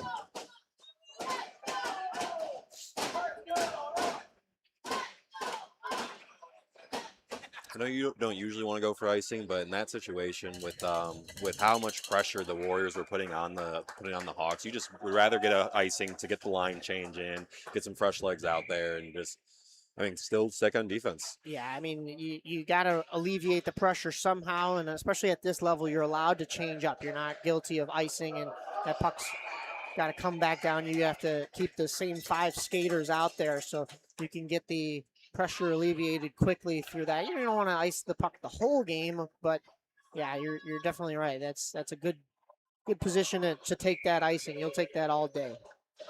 Even if you were at that National Hockey League level, I think you'd even ice that puck just to get that quick little breather and regroup in the zone. Winnetka, they're regrouping in the offensive zone, throwing it in front.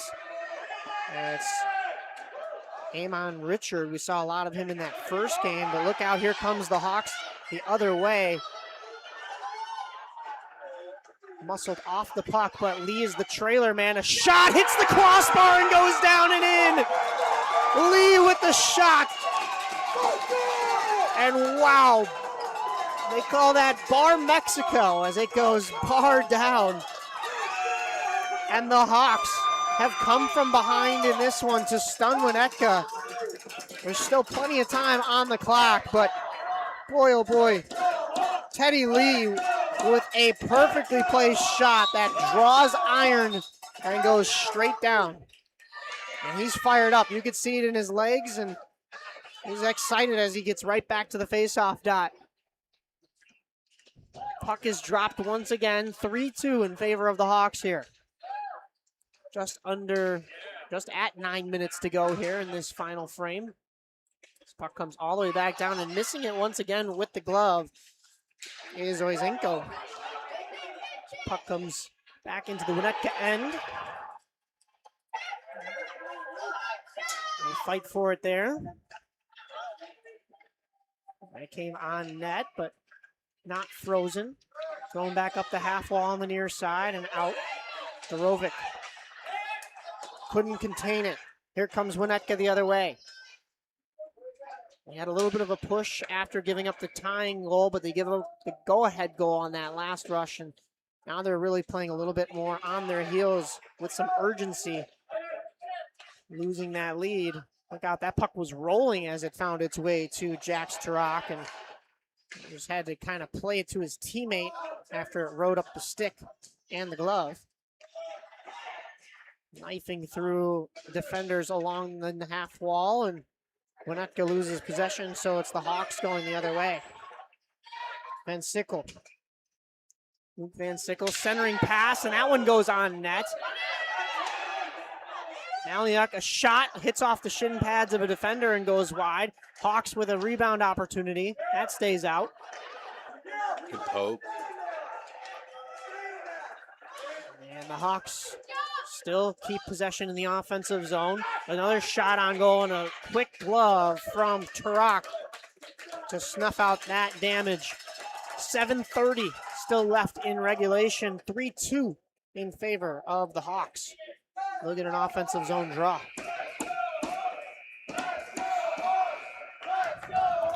Fans are fired up now. Face off. Go ahead. Yep, the Hawks have taken a little bit of time, have a lot of pressure right now on offense. Waiting for the Warriors to they're playing a lot of good defense and just got to get some offense going on the other side. Portillo with that flip shot, almost reminiscent of Lee's go-ahead goal. Was trying to get shots from distance that may have the length. But here comes Winnetka the other way, blowing a tire along the boards and not able to stay up on the skates. Was number 50, Henry Reynolds. And Steele going to be able to carry out. Look out, he had a flat-footed defenseman in front of him. He's going to gain some zone, but good tracking back from the Winnetka Warriors defense to cover instead. And that puck is still thrown in front, and it's still loose until it's covered by Jax Tarak. And boy, are the Hawks still putting the pressure on. It's one thing to get that go-ahead goal and to just kind of park the bus and think, we just got to hold them. It's another thing to continue that offensive barrage and keep attacking. Sometimes the best defense is just a little bit more offense, and the longer the Hawks can have possession of the puck is just going to keep it tougher for the Warriors to capitalize on these opportunities. Cox will line up for the draw. Both referees talking something over momentarily, but we get back underway. 6:39 to go here. Norum and Cox.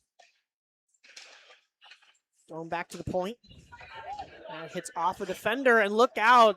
Goaltender Tarak was leaning one way and had to go scramble the other way, loses his stick in the process, and Winnetka was able to give their goaltender the stick. That should be a penalty right there, but nobody saw that. You are allowed to pass it with the stick back to your goaltender. You're not allowed to pick up the goalie's stick, because then you have two sticks and play with it. So that was technically illegal, but we play on here. 6 minutes to go in this third period. Here comes Fence Steele. Could have some room here. Cutting to the middle and couldn't gain the blue line. Puck finally gets swept into the Winnetka zone, but right back out, and here comes Norum. A stick handle away from getting a clean break there and goes crashing into the corner. Incidental contact, nothing doing. Going back around the end boards. Winnetka has to pass back to their defense and go D to D, but it's broken up by Fence Steele. Fence Steele is going to beat this puck into the corner and throw it back out to his defense. Malinuk tried to go back in, but Fence Steele was deep into the zone, so that's an offside. It's 5:18 remaining.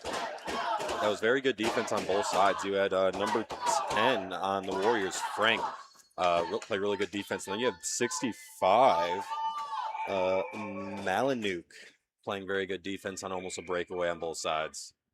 Yeah, Max Malinuk has been stellar throughout this game, but we've also seen, as you mentioned, number 10, Ellie Frank, be great in that first game and even super effective here in this second game for this Winnetka Warriors squad. But you just got to imagine that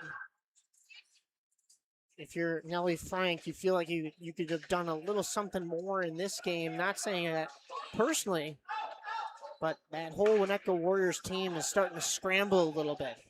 And even though they've played great individually, they're still trailing that goal. They had their moments scoring in the last minute, but this Hawks team has responded right back. And look out, here's a turnover.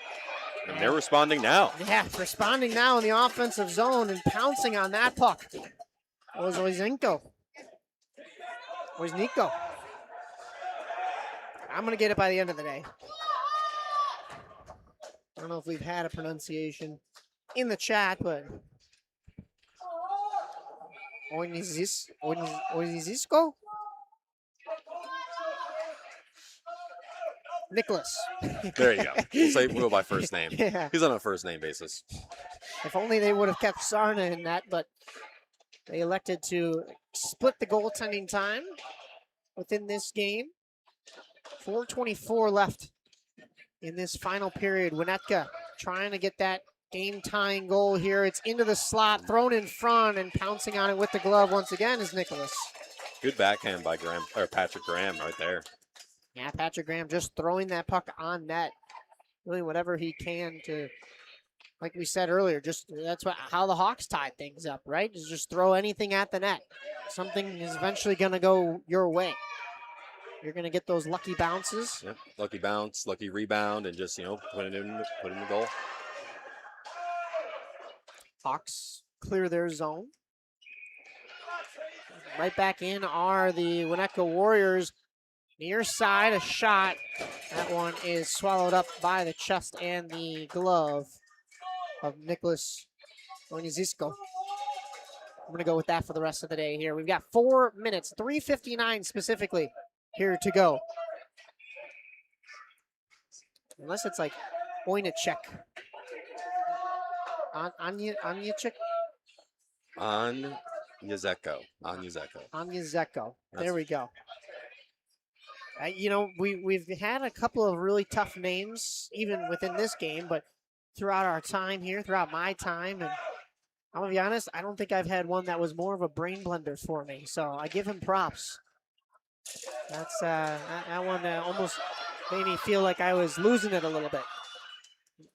Frank back to pick that up in her own zone. Ellie Frank turned over. Fun steal. Thrown down low. 3:28 still left.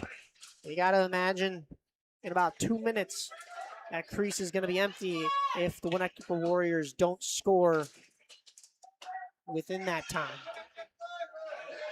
Throwing that in front, but a good read and a good stick by the defense for the Winnetka Warriors. And here comes Norum. Norum just barely got across the blue line, but it's popped back out, and the Winnetka Warriors will have to restart. Norum back in, got some help from a teammate. No trailer on that one, so that puck is knocked back out. And here comes Fensteel. He's only got one to beat. Trying to take that outside route, but getting pinched off along the boards. Behind the net, tried to center that puck. I think it's under him momentarily. And Winnetka, no communication. They'll just throw that back out into center. Dorovic flipping that puck back in.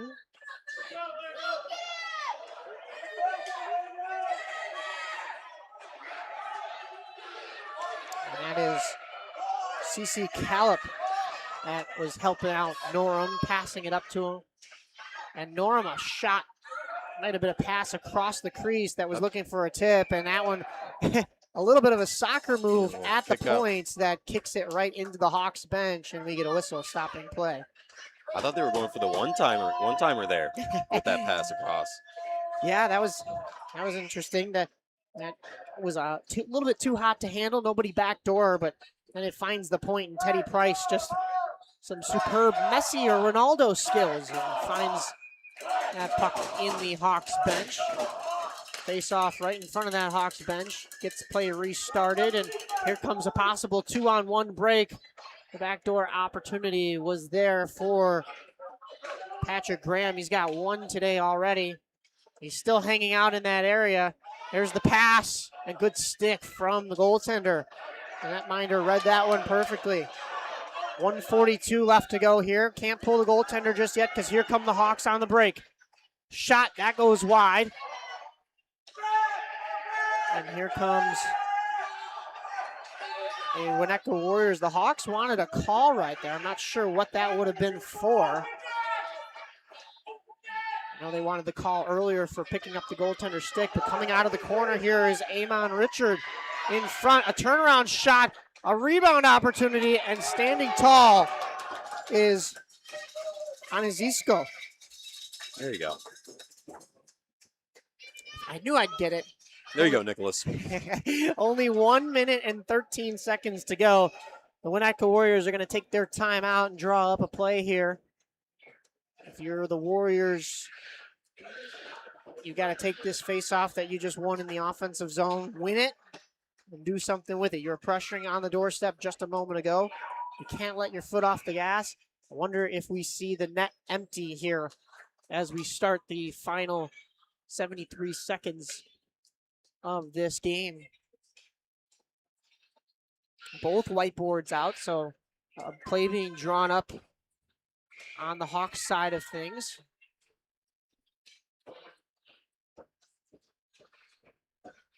Now, do you keep the goalie in just in case the other team wins the face-off, or do you just keep him out now? That's the question.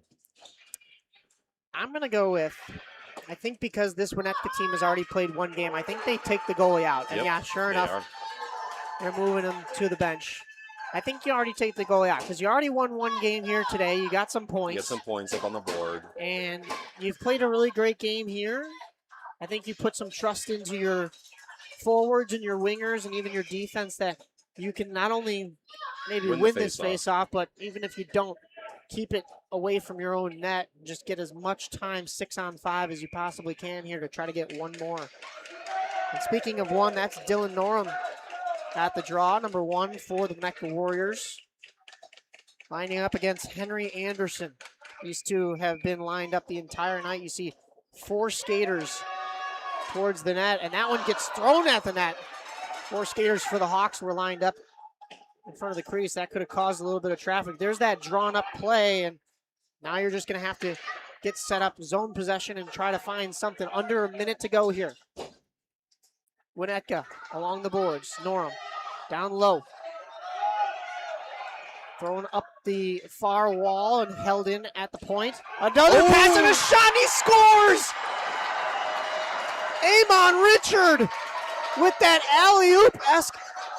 It was a shot from the point that he just continued to push through in the low slot, and we have a tie game.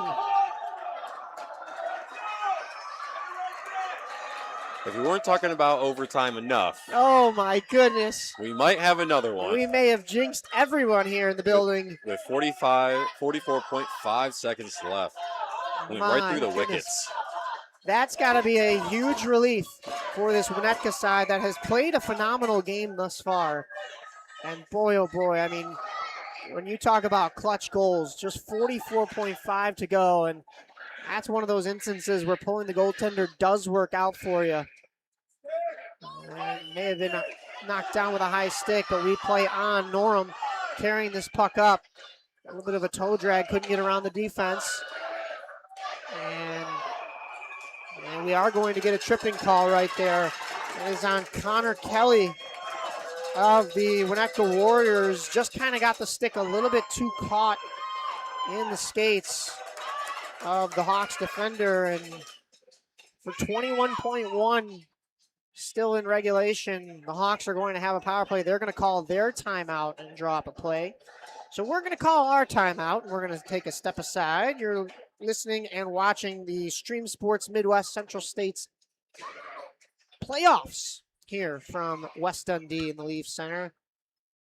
Drew Thomas, myself, Mike Napolitano, we'll be right back.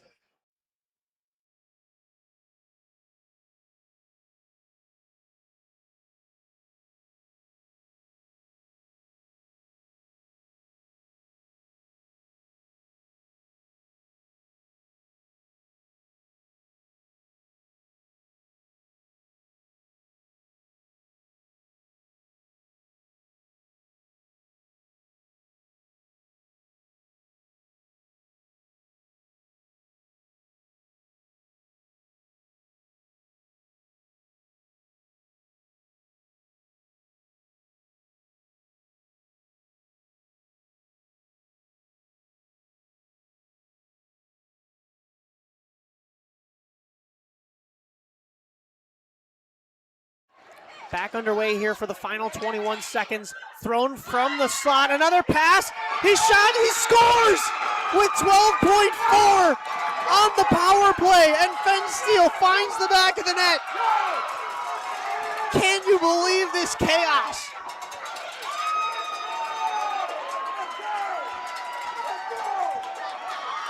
The Hawks with a stunner. 2 goals in this game within a minute.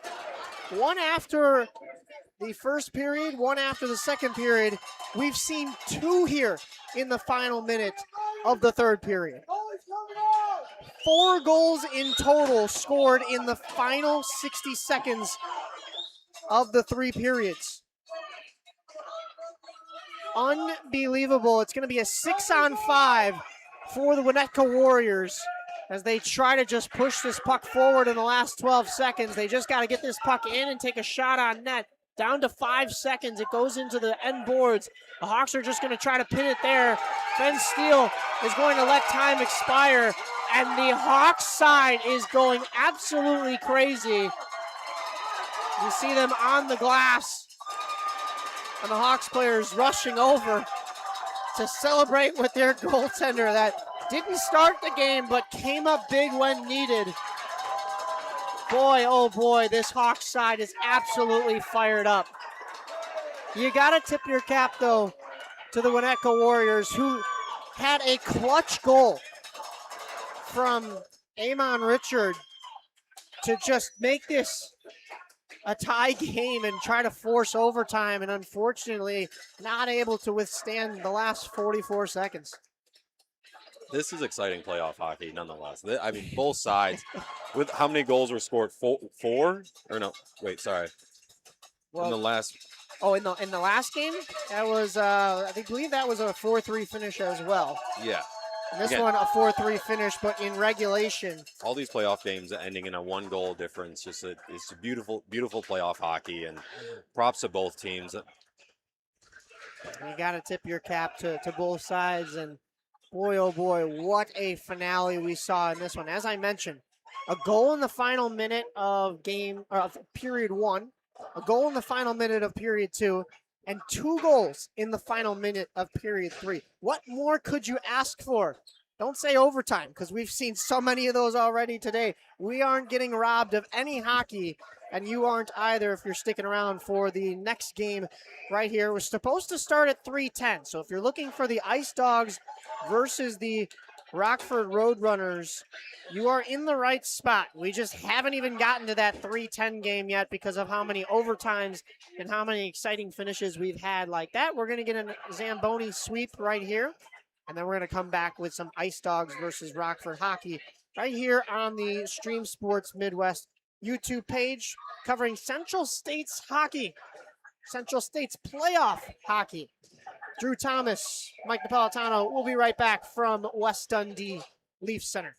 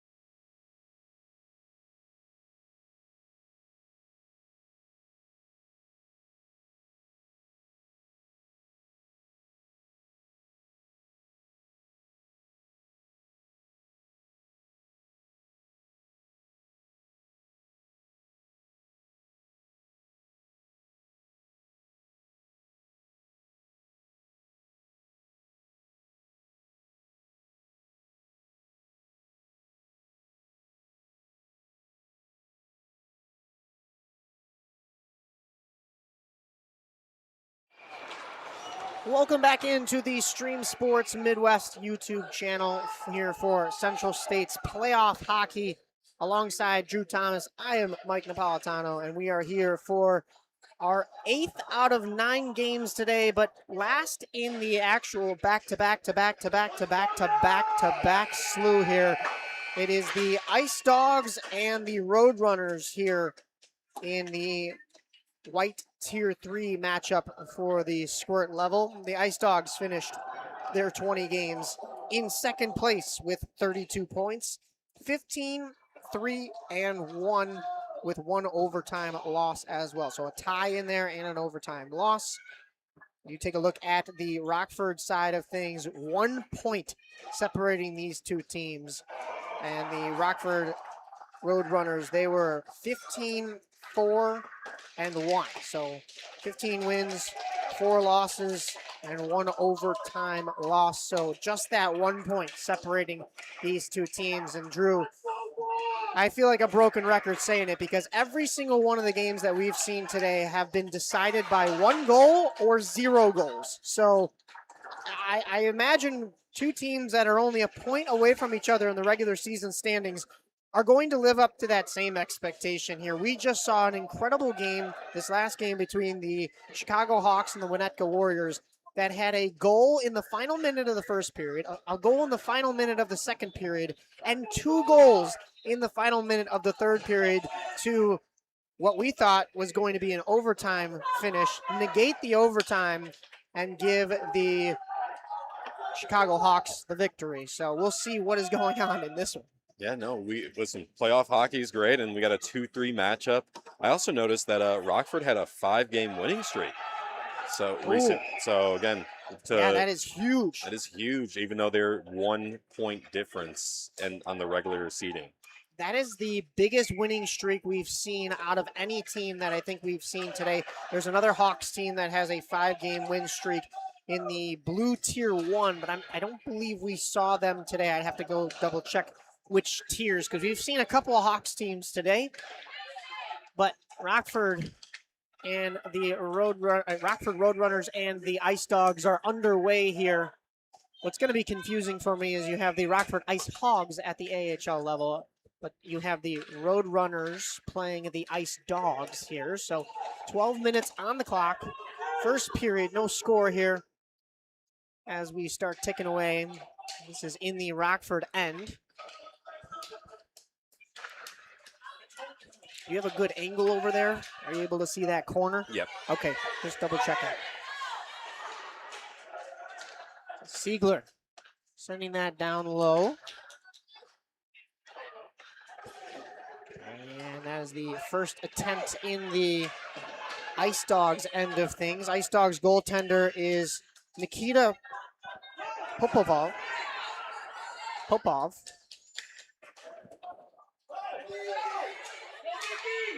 Ice Dogs carrying this puck up. A shot might have been going wide, but not wanting to take the chance was the Rockford goaltender. We'll get a number for you here in just a second. It looks like that is, well, it's a 5, and both goaltenders don a 5. So I'm going to have to see if that is just 5 or 15. Looks like just 5. That is Easton Curley in net for the Roadrunners. Kept in at the point from the Ice Dogs. And trying to go up the wall, but pinched off was Eby. Ice Dogs bring this puck around. And that was out and back in. They're looking for an offsides whistle on the Ice Dogs bench. They won't get one. We'll play on here. 6 skaters along that wall trying to fight for that puck. Finally pops out this far side. Kept in at the point by Kaiser. Kaiser sends that cross ice and down into the far corner. A rising shot had to be fought off by Popov. Another collision along the boards that the fans wanted a call for. Nothing doing, and we will play on. Ice Dogs making a couple of changes on the fly there defensively, and Smith was able to just get there in time to send that puck deep. Now the offense will change.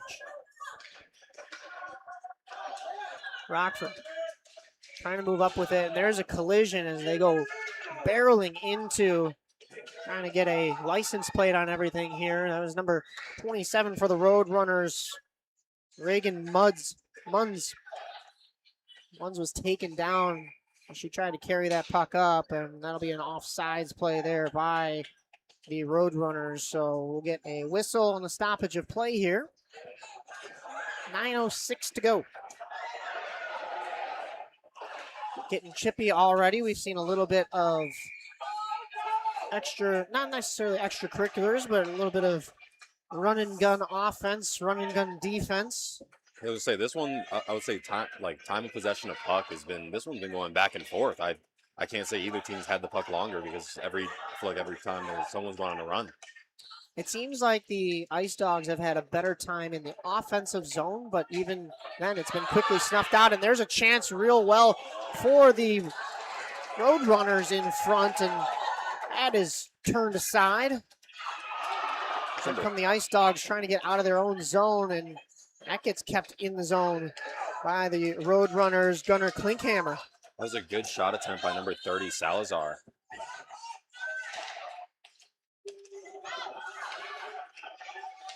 Klinkhammer not able to keep that one in. A much bigger body there and gets tied up with Smith along the boards there. Excuse me, that's not Smith, that's 44. That's Drew Tenuto. Tenuto wanted a call there, but that's just a big body pinning your stick along the boards. Stick in the midsection from Siegler on the Ice Dogs, and a rising shot. It looked like it was ticketed for the top corner on the far side, but that wouldn't go. No call on the stick in the midsection, but that one is flipped into the breadbasket of Easton Curley, and we get a whistle stopping play. 7:46 to go here in this first period. No score between the Ice Dogs, who are in whites. I should also mention, yeah, both teams, blue is one of their primary colors, so you see up on the ticker on your little score bug, you've got the Ice Dogs in white with their gray accents, and look out, that one finds its way past the near side post of the sprawled out Curley, and a huge goal from Anthony McCulloch. And it is 1-0 Ice Dogs. I was just mentioning how the Ice Dogs donning their white jerseys, Rockford in their royal blue.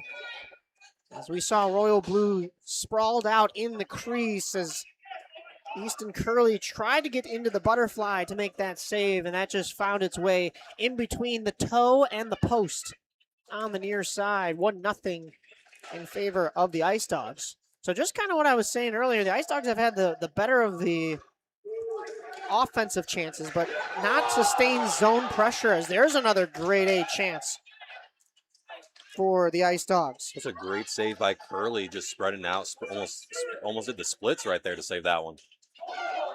He's gone down into that butterfly a couple of times, but as you mentioned, yeah, it's like an extended butterfly. He's in that reverse VH right there, and wow, sprawled out once again in the crease to make the save. I mean, trying to stand on his head after giving up that goal, but now they're making a liar out of me because they are having that sustained zone pressure in the offensive zone for the Ice Dogs. But as you mentioned, Rockford got their looks as well. We'll see if they can get this puck out of the defensive end and get another opportunity. But some tired skaters out there, and that comes out in front, and a grade A opportunity again for the Ice Dogs, and that just wouldn't go. That was number 76, Max Coombs, just all alone on the back door, and sliding over to make the save was Easton Curley. 6:24 here in this first period. It seemed like that's a situation again where you just have so much offensive pressure from the Ice Dogs that you might as well they'd rather almost take the icing just to get some new line in. Right, yeah, we were saying that in the previous game where, if you're hemmed in your own zone, especially at this level, you can go ahead and just ice it and not have to worry about keeping those same 5 skaters on the ice. Even if you had to keep those same 5 skaters on the ice, every once in a while, it's best to just ice it, get a reset, give yourself an extra couple seconds to catch your breath, and then trying to change up lines from there. Weir tries to carry that puck over the blue line and does, but 4 blue sweaters around him end that rush. Still in the offensive zone though. EB trying to poke check that one away. That's Couturier.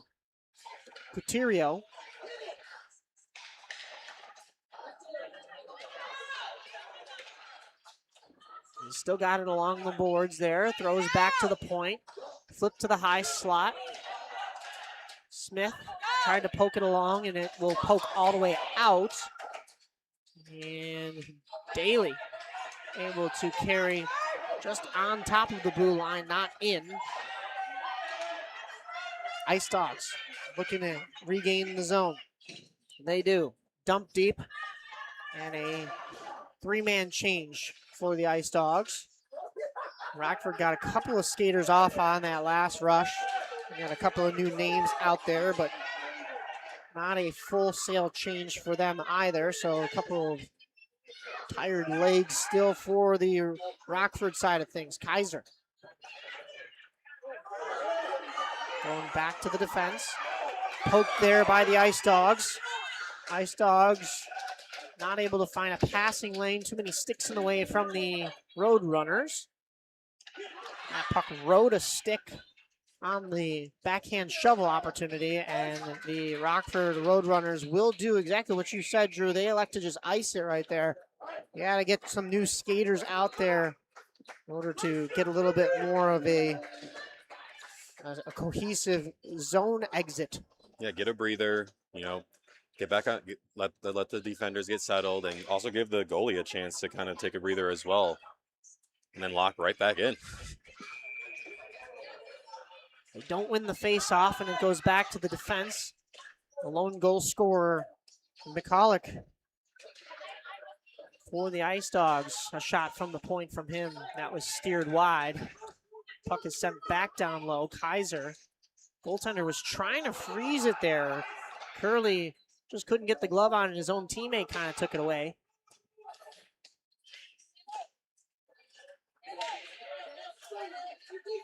And that is flipped back to McCulloch again. Floated out, but kept in. Rockford really desperately trying to clear their own zone here. And they could be in trouble if they can't get it out on this next attempt, but they will. Dakes able to muscle that puck as far as the center line.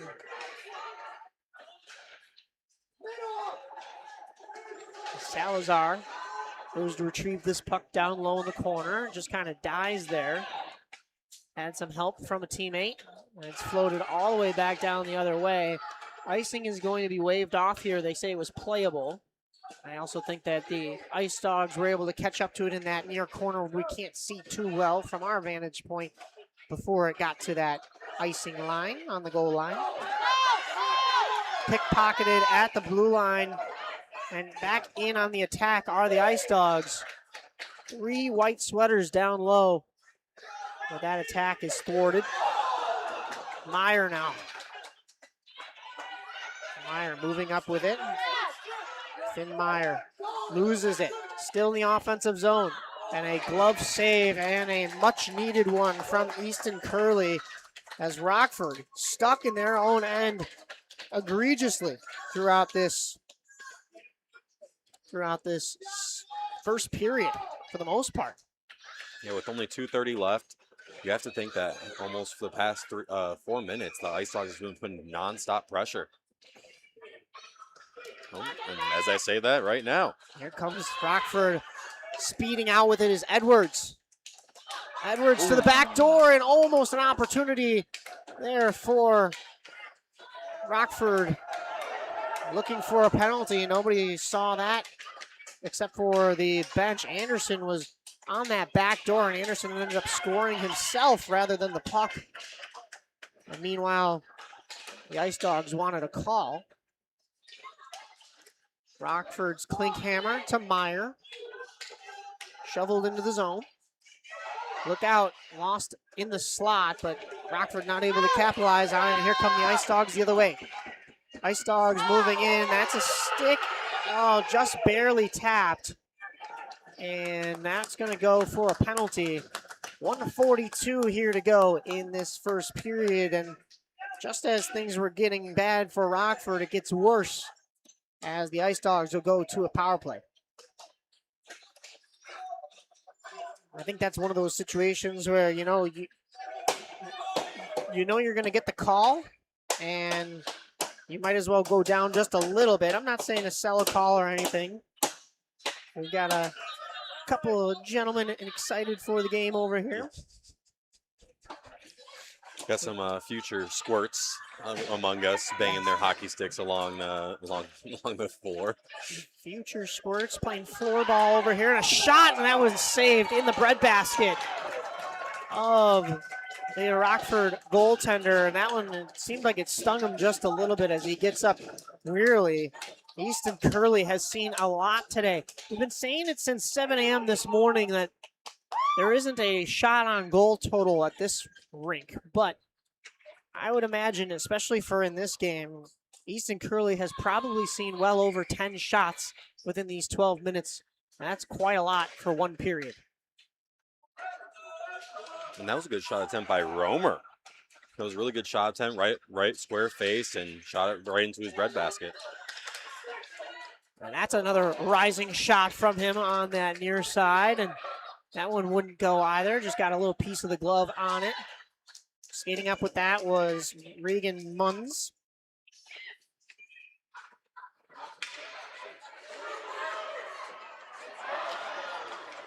Defense for the Ice Dogs, shoveling that back out. We're down to just a minute to go in this first period.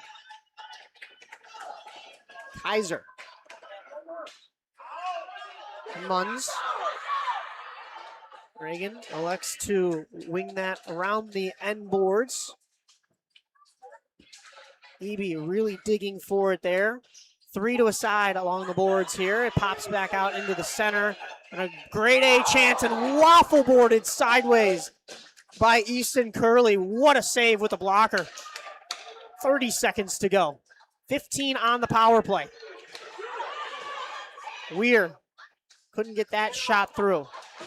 Turnaround pass, that goes through the crease and to this far side. 17 on the game clock. 2-1. Power play is over. Man is out of the box. And here comes Rockford zooming out of their zone. Are they going to have enough time for a shot? Down to 5 seconds to go. And that will end this first period as you hear the horn sound. 1-0 in favor of the Ice Dogs. Roadrunners pinned in their own zone for the majority of that first period, but still only one goal to show for it for the Ice Dogs. We'll be back for second period action right here on Stream Sports Midwest.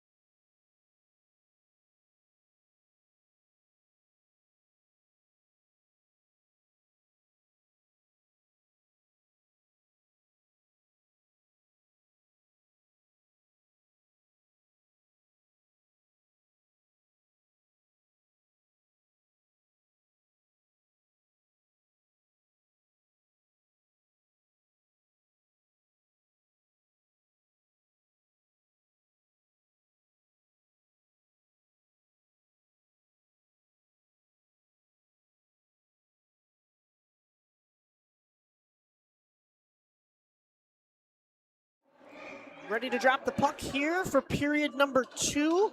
A 1-0 scoreline in favor of the Ice Dogs over the Rockford Roadrunners here in the 8th of 9 games that we have broadcast to you from the Leaf Center here in West Dundee today.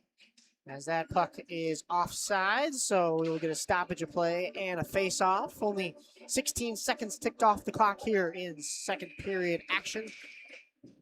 We streamed the first 5 games if you were looking for those on the morning stream. So there are 6 streams going on from our company here today.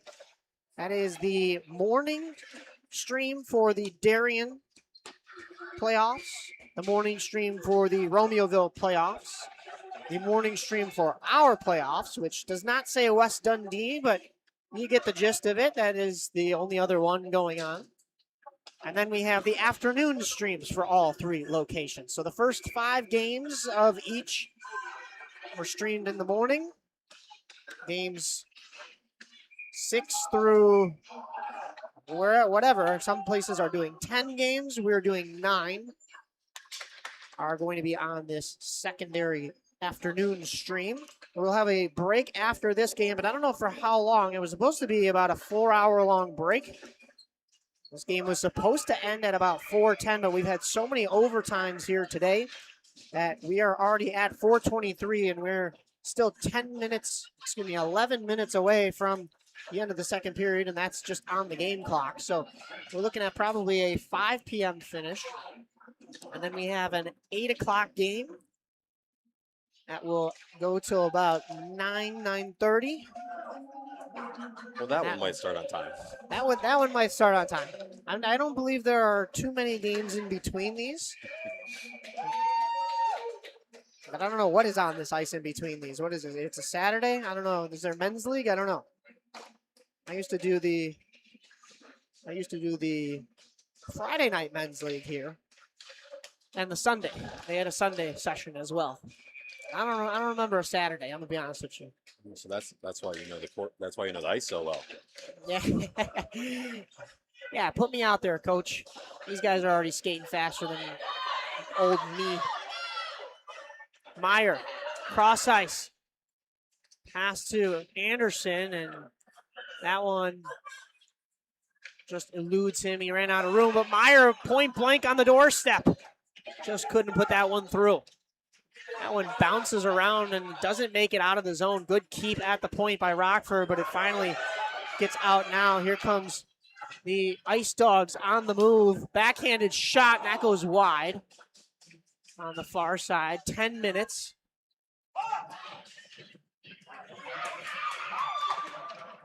Across to the Ice Dogs. Sprawling with the stick to make that save was the Rockford goaltender, Easton Curley.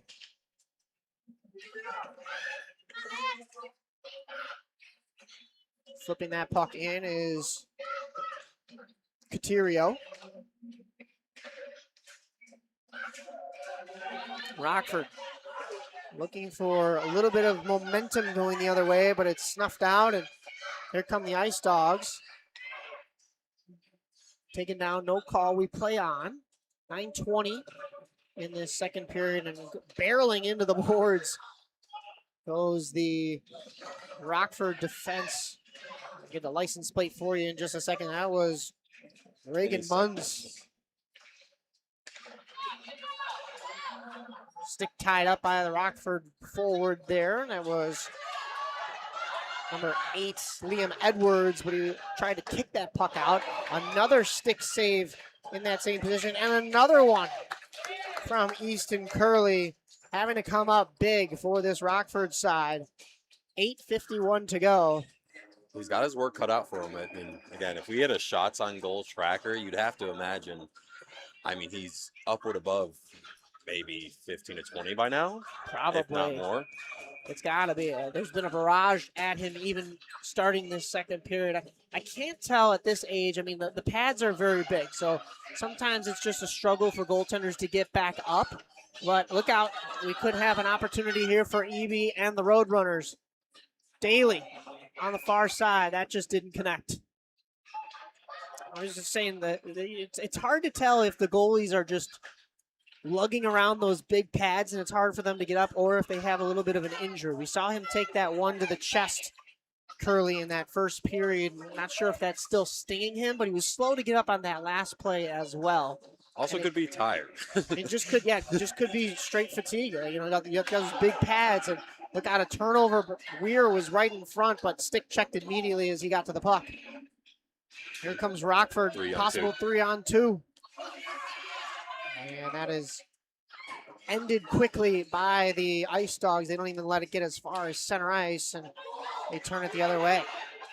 Ice Dogs, cross ice, hits a defender with a shot. And the Roadrunners pick this puck back up. Barely able to get across the red line. And moving back in with it is Romer. Rocco Romer. Had it along the boards. And Rockford picking that back up. Eby has one trailer. Elects to throw that at the net. And that's actually a good idea. I mean, you never know if that's going to go in. And actually hits the breadbasket of the goaltender, Popov. And we will have a face-off. But you either earn yourself a face-off in the offensive zone, or you hope that puck bounces in. Maybe you get a rebound even on the initial opportunity, but Roadrunners, rare sustained zone, offensive zone time, I should say, in this one, but that pops out immediately, and Tenuto coming up the wing with it, taken down, and no call. Taken right back down was the Rockford defender. We play on regardless. Rockford trying to poke this puck up off the wall. And not able to sustain an attack. Munns ran out of room along the wall to try to force that puck up and out.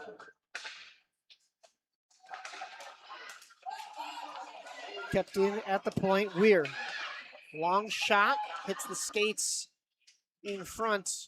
Rockford defense had a couple of bodies in front there. No lane to the net.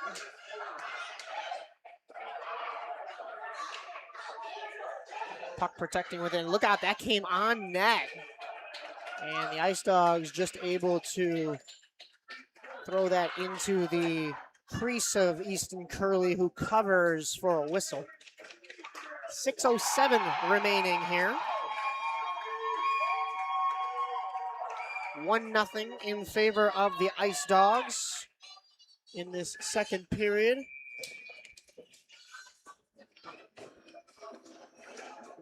Rising shot from the point. That could have been dangerous, but it goes wide and bounces into the corner. And look out, here comes Meyer, who picks a pocket. He's got Anderson with him. A 2-on-0 for the Rockford Roadrunners, and that shot is just sailed wide. It's tough to see a 2-on-0 blown like that. You kind of wish you see something like a pass off the pads there, or just a shot more on target, but it's hard when you're going at that speed to get super accurate, or even to think about that teammate that's coming up with you. Thrown from the point. Klinkhammer pinching. Loses it, and here comes the Ice Dogs the other way. Only Siegler back. Thrown to the center. And poked across, no, not out of the blue line. And a couple of skates tie up. We play on.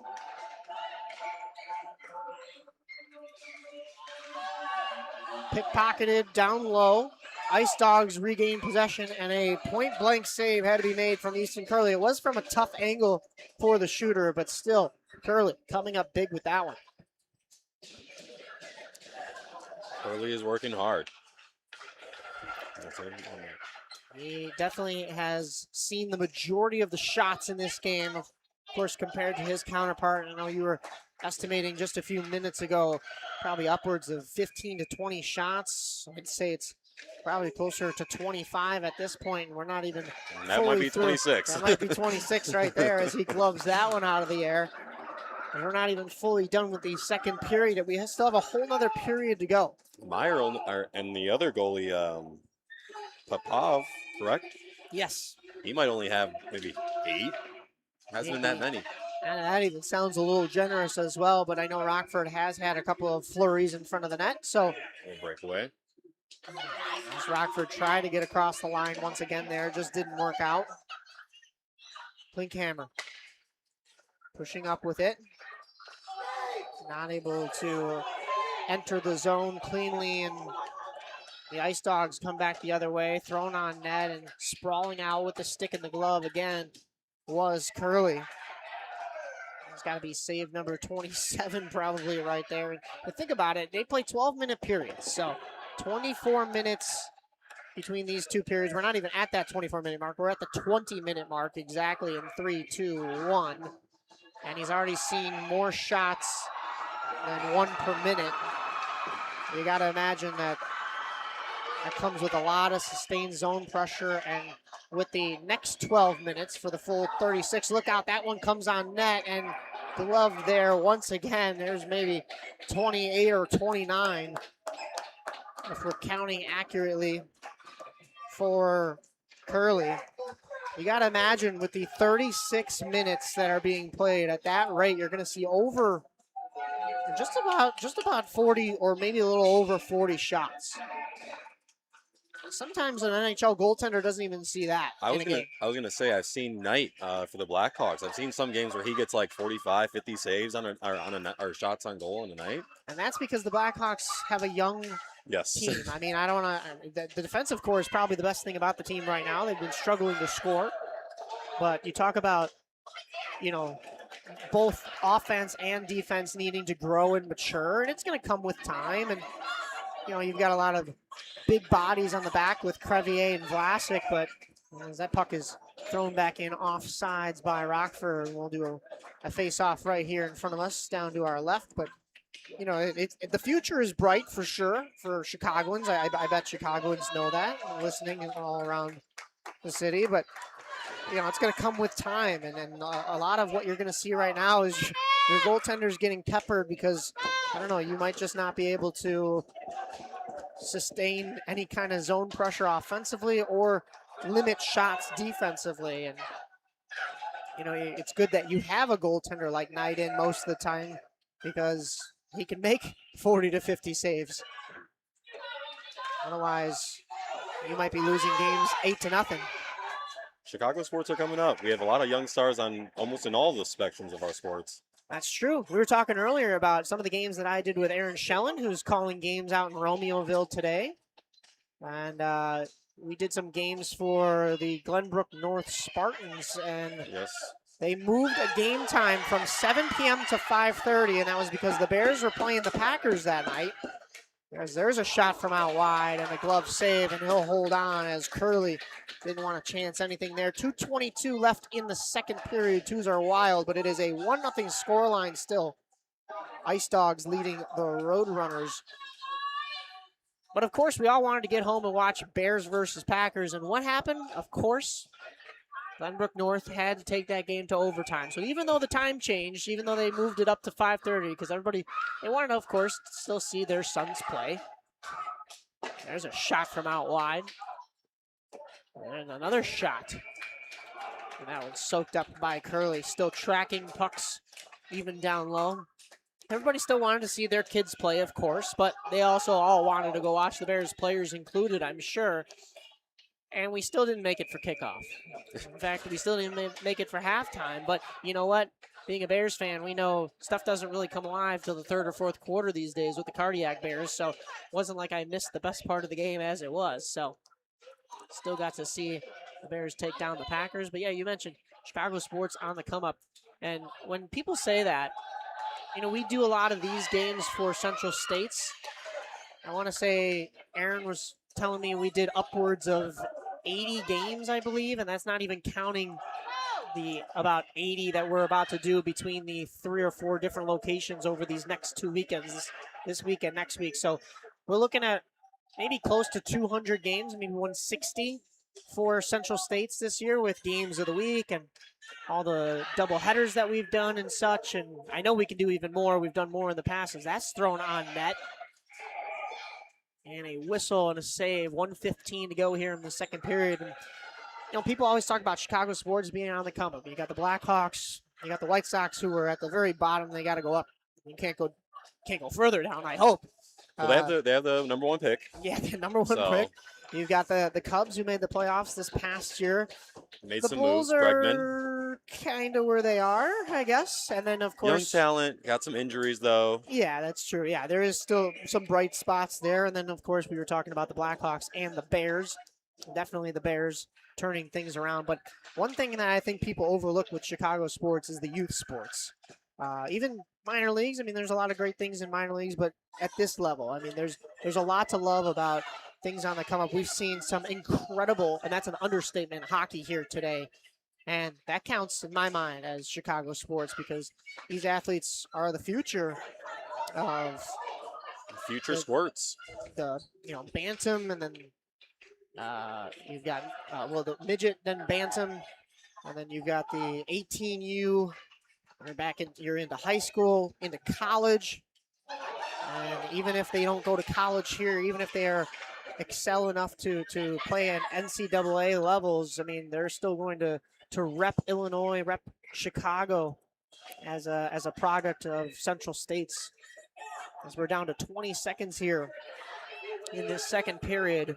Well, as we've gone on our Chicago rant, I will say that Rockford's been kind of putting a lot of pressure back on the Ice Dogs recently with some offensive, having the puck for a while. And, we saw a man blow out a tire on the far side, Clint Hammer. That was Clint Hammer, yeah. You know what? We did see somebody blow a tire on what could be that same rut in the ice over there. As ice has been used and abused today, but they do a nice job of keeping things fairly well. But every once in a while, you get a little bit of an extra rut. But yeah, as you mentioned, Rockford really putting the pressure on, and hopefully that's something to build off of going into the third period here. You're down to just 2 seconds left, and the horn will sound.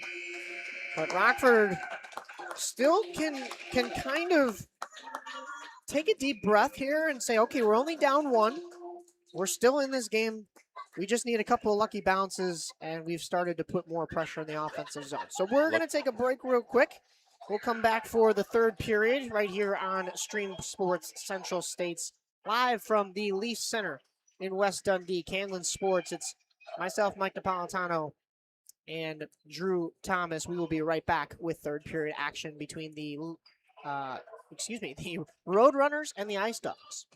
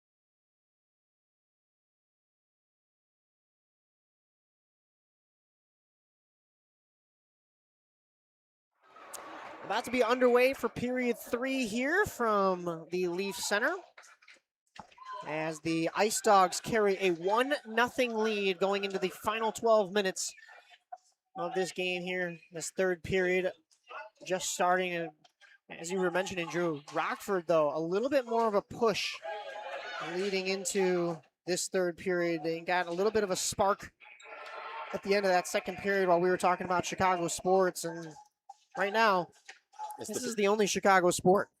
Yes, no, this is the push. Yeah, this is the push that Rockford needs. Got a lot of offensive pressure now, and kind of getting things working for them to make a run and get this goal to tie it up. Rockford also home of the Ice Hogs, so a lot of Chicago runs through there as well as the affiliate team of the Chicago Blackhawks. The All-Star game for the AHL will be there February 10th and 11th. I'll be there in attendance as press. And a chance to hopefully talk to some of the young superstars poised to become Blackhawks. We also cover the Chicago Wolves. So here comes a 2-on-1 from Anderson and Meyer. Anderson, a shot that hits the post with the shot on the far side. That could have been the equalizer for Rockford. But here comes that offensive pressure that we were talking about Rockford finding, and that is going to be a penalty, a little bit extra of a shoulder into the boards. I honestly think sticks and skates got tied up there, but nonetheless coming from behind. So Edwards is going to go to the box, and it's going to be a 90-second power play for the Ice Dogs, just as Rockford's getting a little bit of momentum. You see the Ice Dogs earn a power play, and you hope to kill this, right? I mean, you're only down one. You don't want to take that wind out of the sails that you just found. Yeah, that was a really nice take by Edwards going up, and we have some offensive pressure now again. Short-handed, here come the Ice, and taken down. So here we go. And it's going to negate the rest of that power play for the Ice Dogs. And the Rockford Roadrunners draw a penalty. That was, trying to grab a note, I think that's number 9. There's some snow in that jersey. That looks like Kincaid Oaks. Kincaid Oaks just drawing a penalty, trying to muscle through the defense. And we're going to have 4-on-4 hockey here. We're going to fix the goal for the next minute 15. Goal back on the peg there. And that's huge for Rockford because, I mean, yes, there's still a lot of ice here. You still got to play some 4-on-4 hockey and defend, but if you can not only eliminate the power play, but get a little bit of a power play yourself, and you can continue with that momentum that you were building before the penalties were even assessed. Salazar to the far wing, into the corner. Thrown in front, doesn't make it quite there.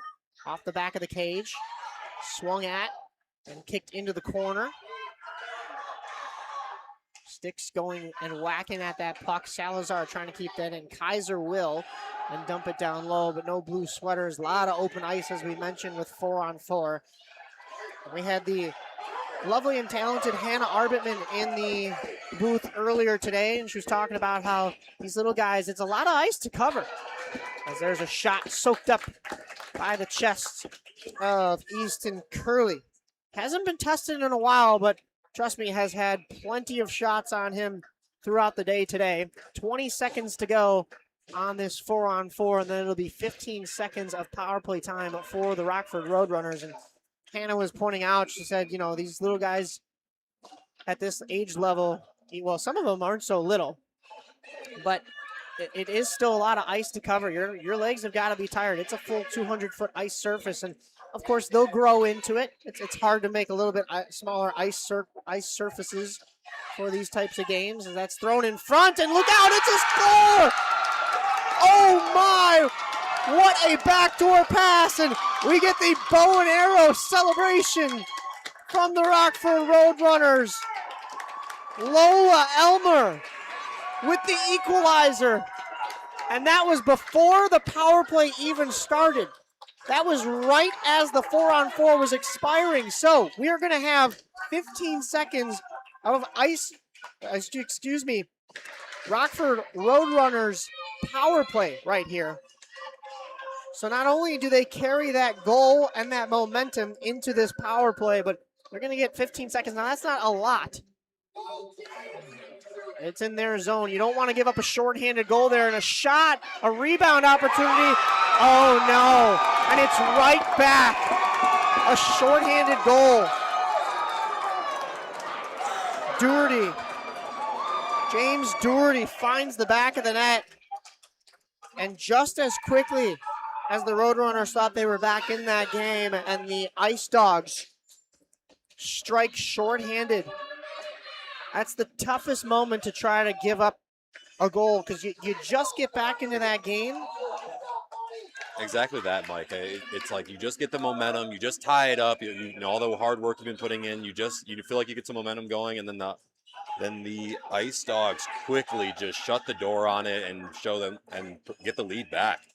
It's so tough when you're, again, especially for Rockford, who's been working really hard to get that one goal in.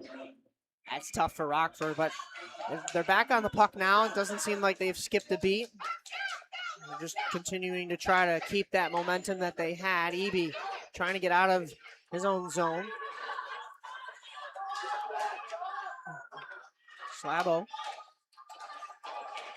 Micah Slabo throwing it into the offensive zone. That comes back out to a Reagan Munns. Munns carrying it up. Shouldered at the blue line. 4 dark blue sweaters along the boards there. A 5th will be Munns as she plays it in her own defensive zone. Carried up by Daly. Daly, pressure coming. Pushed off into the corner. Around behind the net.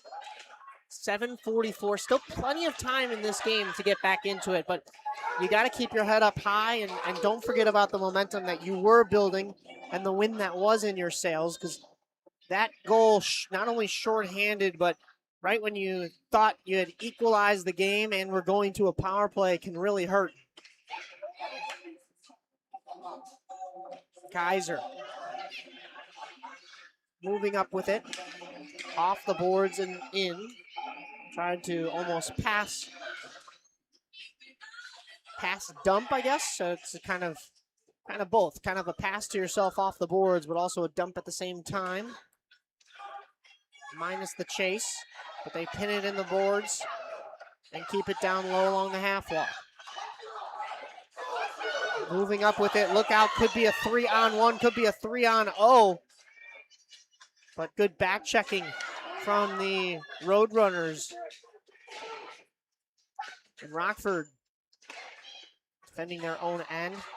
McCulloch, a shot echoes into the face of number 75, William Eby. Eby on the breakaway, he scores! Eby to tie things up, and Rockford is right back equal in this one. Eby really caught that pass, and as soon as they caught it in their stomach, they just ran off with it and capitalized in the top right corner. Sometimes a breakaway opportunity is so tough to actually score on. You overthink it, you got to know what move, but he capitalized on that one.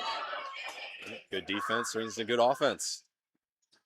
Yeah, you talk about that blocked shot right at the blue line, and Rockford immediately a one-man army going the other way, and Eby made no mistake skating down that left side and putting it up into the right corner. A lot of open net that's tough for goaltenders at this level to cover just because of the size difference between them and the net. And we've seen some stellar goaltending, even flashing the leather today, but Eby made no mistake with that one. We're tied at 2 here in the third with 5:52 to go.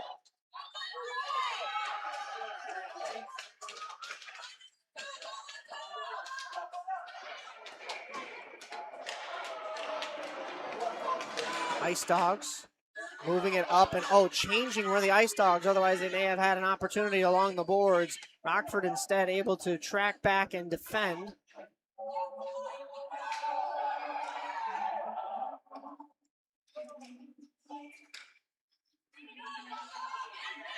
Thrown back to the point. Ice Dogs, the shot from there goes wide into the near corner. Ice Dogs get there first. We'll try to cycle it back down low. Doherty, not there in time, but it goes to the point where his teammate keeps it in.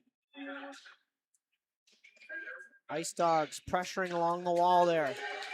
Muscled off there and carried up by Kincaid Oakes.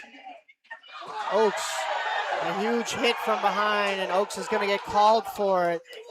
And that one will send Rockford back into the box. And Oakes will sit for 1:30.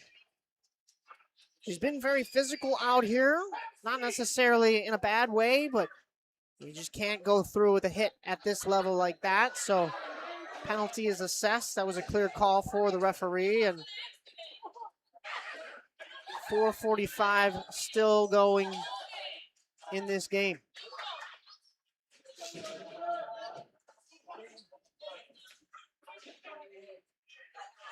Coaches are talking it over with the referees. And looks like we're just going to get that minute 30. It will be a 5-on-4 for the Ice Dogs.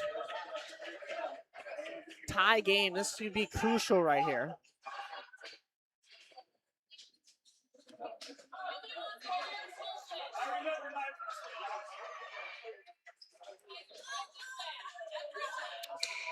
Face off to the stick side of Easton Curley. Haven't had to say his name in too long because Rockford has been more so on the offensive, but now they'll try to kill off this power play. We saw a shorthanded goal from the Ice Dogs. Can we see a power play goal from them as well? Their last power play negated 15 seconds in by them taking a penalty themselves. Up the glass and out. Eby picks that up, and here comes Eby once again. A couple more to beat this time than last time, but still keeping it right at the blue line. Eby with some great stick work to keep it as far away from his own net on this penalty kill as possible.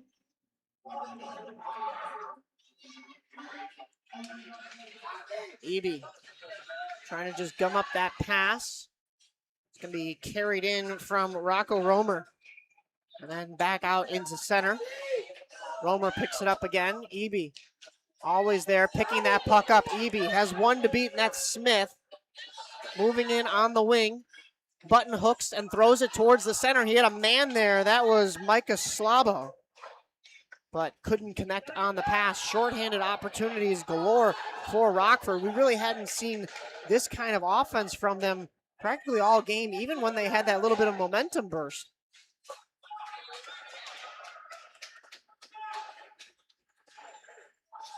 Munda.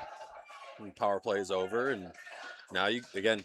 They've been having a lot of offense, and now you get extra. Now you tie up. You get an extra man back even 5-on-5. Here comes Edwards.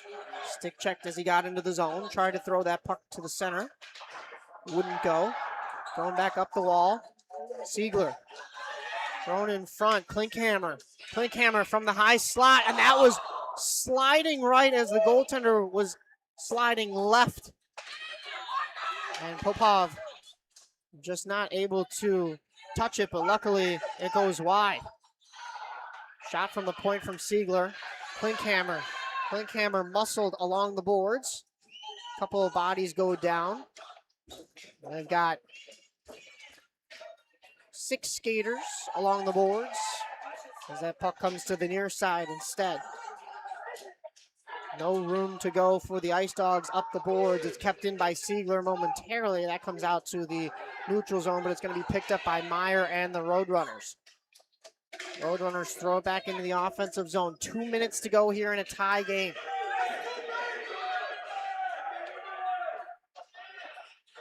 Fans wanted to call for too many men, but we play on here. Rockford controlling in their own end. Trying to move out with it. Meyer now picking that up. 1-on-4 is Meyer, just throwing it into a defenseman that couldn't get the puck deep enough, so it'll come back out into the neutral zone. Siegler trying to pop it back up to Meyer, and here comes the Ice Dogs the other way. Bokuski. Here comes Rockford. Siegler carrying it over the blue line. Siegler has help. Siegler on the backhand, thrown in front. That's through the crease, and colliding into the goaltender was his own defense, but Klinkhammer's going to have to track back for this one now. Bokluski's from the corner, tried to find a man, wouldn't go. 50 seconds remaining. 2-2 game. Thrown from the side, and a good save by Popov to keep this one level on the side of the net there. 42.9 to go. You got to imagine a timeout's coming. It looks like the Ice Dogs calling a timeout. That's an interesting one. It's in their defensive end. Out of curiosity, are you guys moving on after this game is over, or are you guys up here on that? You're right. We're still here. So we've got a timeout called by the team on the defensive side of things. Usually you'd see the team with the offensive zone draw be calling this timeout. But well, I don't want to bite my words again, Mike, but last time I said we might be going to overtime. We had a goal scored in the last minute, the last match. So hey, till that last buzzer beat rings, this game's 2-2. Yeah, we'll have to see what comes of this. There were 44.8 seconds to go, I believe, in that previous game that we saw, and we thought for sure that that was the goal that would send things to overtime, and there was more in store for us in regulation before we could even get to overtime. And between these two teams, how physical it's become, and also how chippy it's gotten, back and forth. Both teams have had sustained zone pressure now. The beginning of the game, it was mostly Ice Dogs. Later in the game, we saw a lot from Rockford. We'll have to see what comes of this. 5 skaters aside. 2-2 game, 42.9 to go here. Elmer in for the draw, loses that though to the Ice Dogs, kept in by Rockford. Dumped with the backhand down low.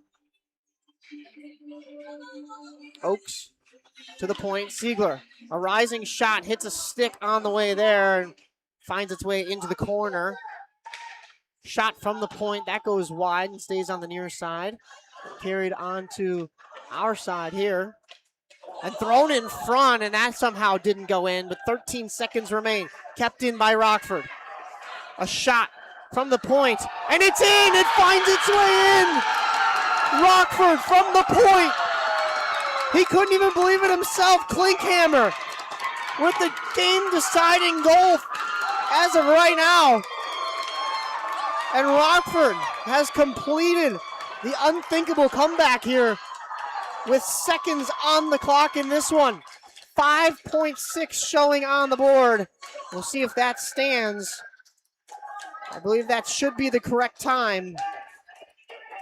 It was nice to see Klinkhammer pop off after that goal.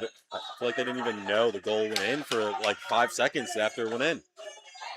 We are back underway for the final 5, and that is just about going to do it. And Rockford has come from behind in this one. A 3-2 victory.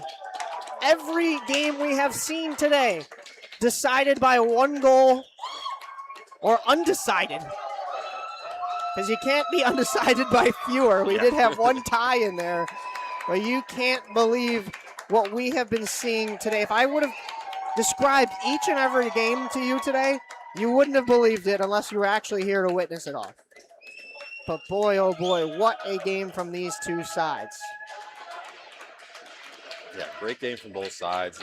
I would say offense and defensively, both teams were just fighting until literally to the very end. And that's what we've seen all day today at the Leaf Center. Unbelievable indeed. And boy, oh boy, what a masterclass we saw from both sides. Not just, like I said, going into the third period, not just offensively, but goaltending and defense as well. So Rockford with the come-from-behind victory, 3-2.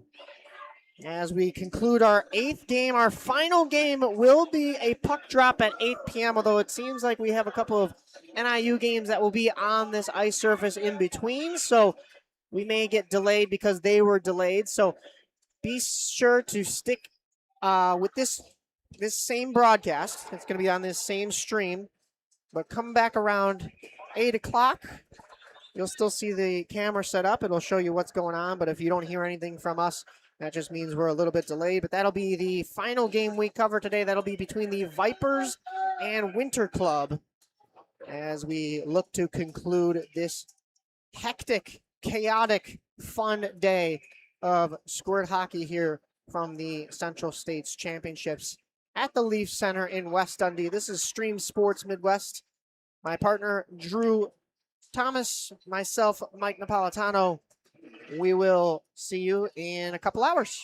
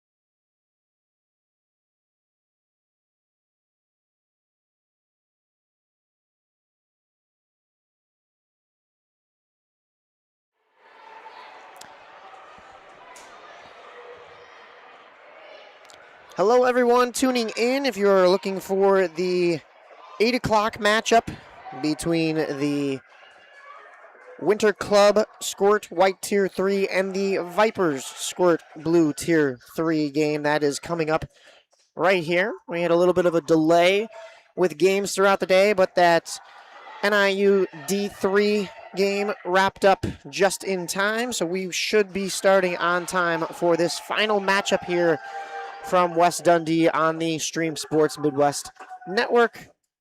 So stay tuned, and we will be right back.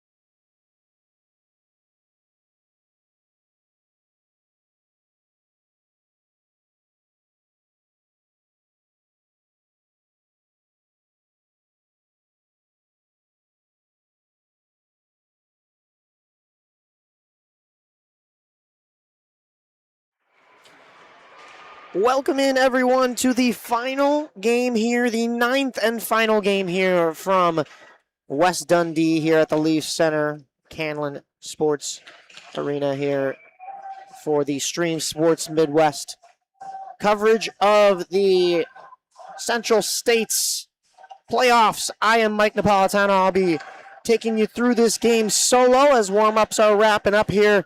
It is the matchup between Winter Club and the Vipers in this Blue Tier 3 Squirt Prospects division.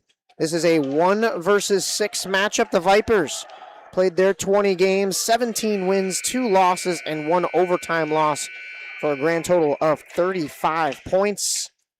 They've scored a lot of goals for, we'll just put it that way, and 30 goals against.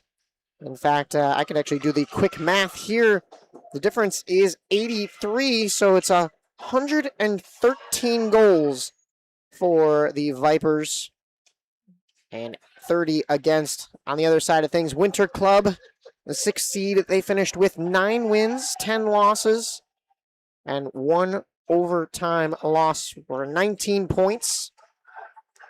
65 goals against, but 73 goals for. So they did finish the season on a win. Both teams actually did. So both teams are on a winning streak at the moment. But that's going to end for somebody today unless we draw. We've seen a lot of overtime games thus far today.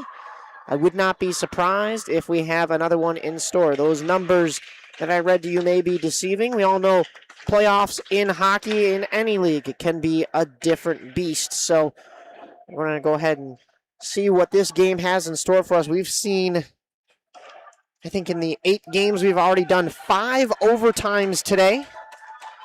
4 of those 5 overtimes were decided. The 5th one, well, that was a 4-4 draw. So it has been quite the afternoon. There was a delay in games. However, the NIU Huskies D3 ACHA team played on this ice surface just before this, and they got things going in a timely manner, and they made it out of here on time. So that means we are starting here on time, 8:01, just a minute late, but here we are with puck drop, and next thing you know, we are ready to go. Winter Club wins that draw and starts out with possession, heading into the zone. The Vipers take it back. Moving across the blue line is Declan Brady. Brady still has it, moving into the corners. If you're just tuning in, West Dundee, got some tight corners over here, so we're going to do our best to make sure the camera is catching all of the action for you as best we can. There's a lot of happy parents and folks in the stands checking things out here as there's a slap shot that came in on Vipers goaltender Madden Durfee. Standing tall, though, was Durfee. It's been a packed house for every single game today as there's a collision from behind. We play on. Winter Club. A drag and a shot, but that goes wide. 10:48 to go here in the first period. 12-minute periods. That's just the way that this rink is set up for those corners, so we'll make sure that we bring you all the action possible.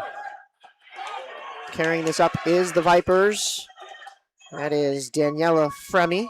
We saw her earlier today. Hannah Arbitman had the call on that game, and Fremy had quite the slap shot for this Vipers squad. So be worrisome of her shot as she finds the puck on her stick early in this game, but it's down low in the Winter Club zone. Her teammates are trying to dig that puck out. It'll be dug out by Winter Club, and they'll go up the wall with it. Fremy keeping it in, throwing it off a skate near the dot. Finds her back at the point, and that's going to sneak out of the zone, and Fremy will turn it back the other way. Get some help from Nelson. Reynolds moving east to west with it, now across the red line.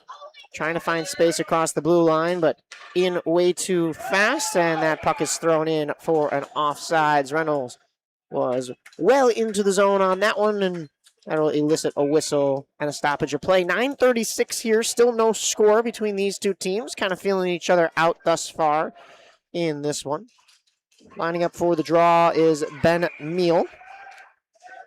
And for the Vipers side of things, Ryder Hart. Saw Ryder Hart in the game earlier today.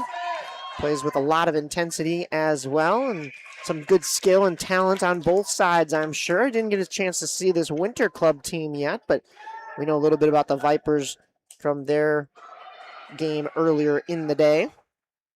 I believe that was actually, so both teams coming off regular season wins, but I believe the Vipers, I didn't actually broadcast that game. I was on the computer making sure that the scores were correct, and you'd think I'd remember those scores, but it's all starting to blur in my head right now, so if I think I was reading off these names word for word and talking about who scored which goals, I think I would remember better, but I believe the Vipers got the victory in that game. If not, I know for sure it was a one-goal game. We have seen nothing but one-goal games here today. In fact, that one matchup I told you finished in overtime, that was 4-4, was a 0-goal game. It was a tie. Vipers moving back up with it. 3-on-3 as they enter the zone. Winter Club defense doing a nice job to get that puck out of the zone. That was Wynn Morris. Winter Club moving in, but well offsides was Smith, so another whistle for an offsides. 8:29 here still to go between these two teams in the first period.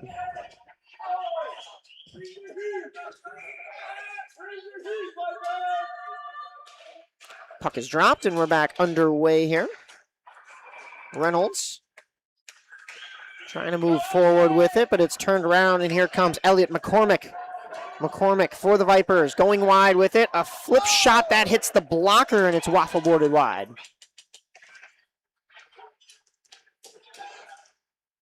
Off a skate, kept in the zone by Tenoda, and it finds its way into the catching glove of the Winter Club goaltender, Jack Parthen. Parthen's first real save of the day, a real freeze, I should say. We get a face-off to the glove hand side. The Vipers go D-to-D with it. Remy with that long shot from the point. Oh, and that stung somebody down low. I won't begin to describe it for you. It is a co-ed league, but it looks like we're going to have to get a whistle pretty quickly here because that one didn't feel good. So we're all going to take a knee here, and we'll have a pause in the action. It looks like that is number 97, Barrett Lang. But he's able to skate off, so stick taps for Barrett Lang as maybe just stung him in a rough area. And we will make sure that he is ready to go before he takes his next shift. We'll say that before he gets his skating legs back. Hart lining up for the draw against Reynolds. After that stoppage of play, it'll be a draw right in front of us here at the dot to the left. Fought for by Jess Kulke. Hart from the wing. Flip shot goes high and wide. Had a lot on it. Just wasn't accurate. And that puck finds its way out of the Winter Club zone and into neutral ice. Poked back in by the Vipers, and that'll be a little bit of a offsides call right there. So we will resume with a face-off.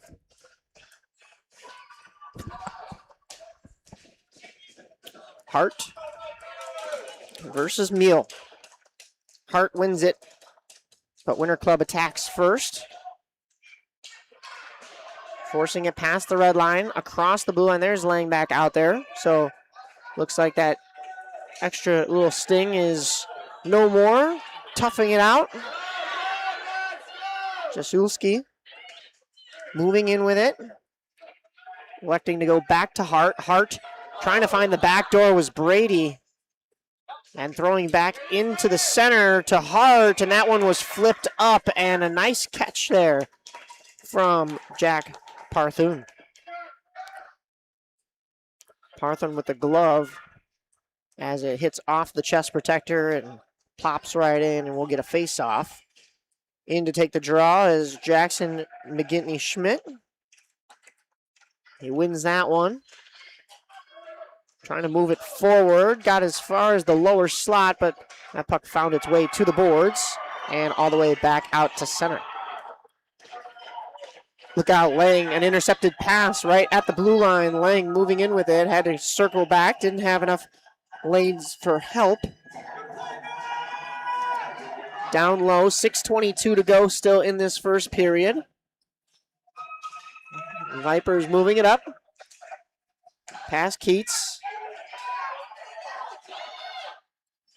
McGinty Schmidt throwing it out in front in a dangerous area, but Winter Club is there in order to pick that puck up and move it up the wing, actually up the center. Here comes Lang down the slot, and Lang scores!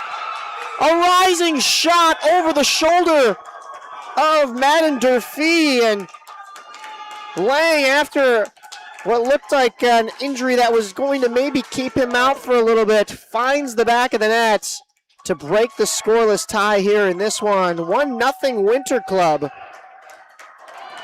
as they strike with 5:56 to go still here in the first period. So 1-0 in favor of this Winter Club team that is sitting in sixth as they look to slay the dragon that is the Vipers.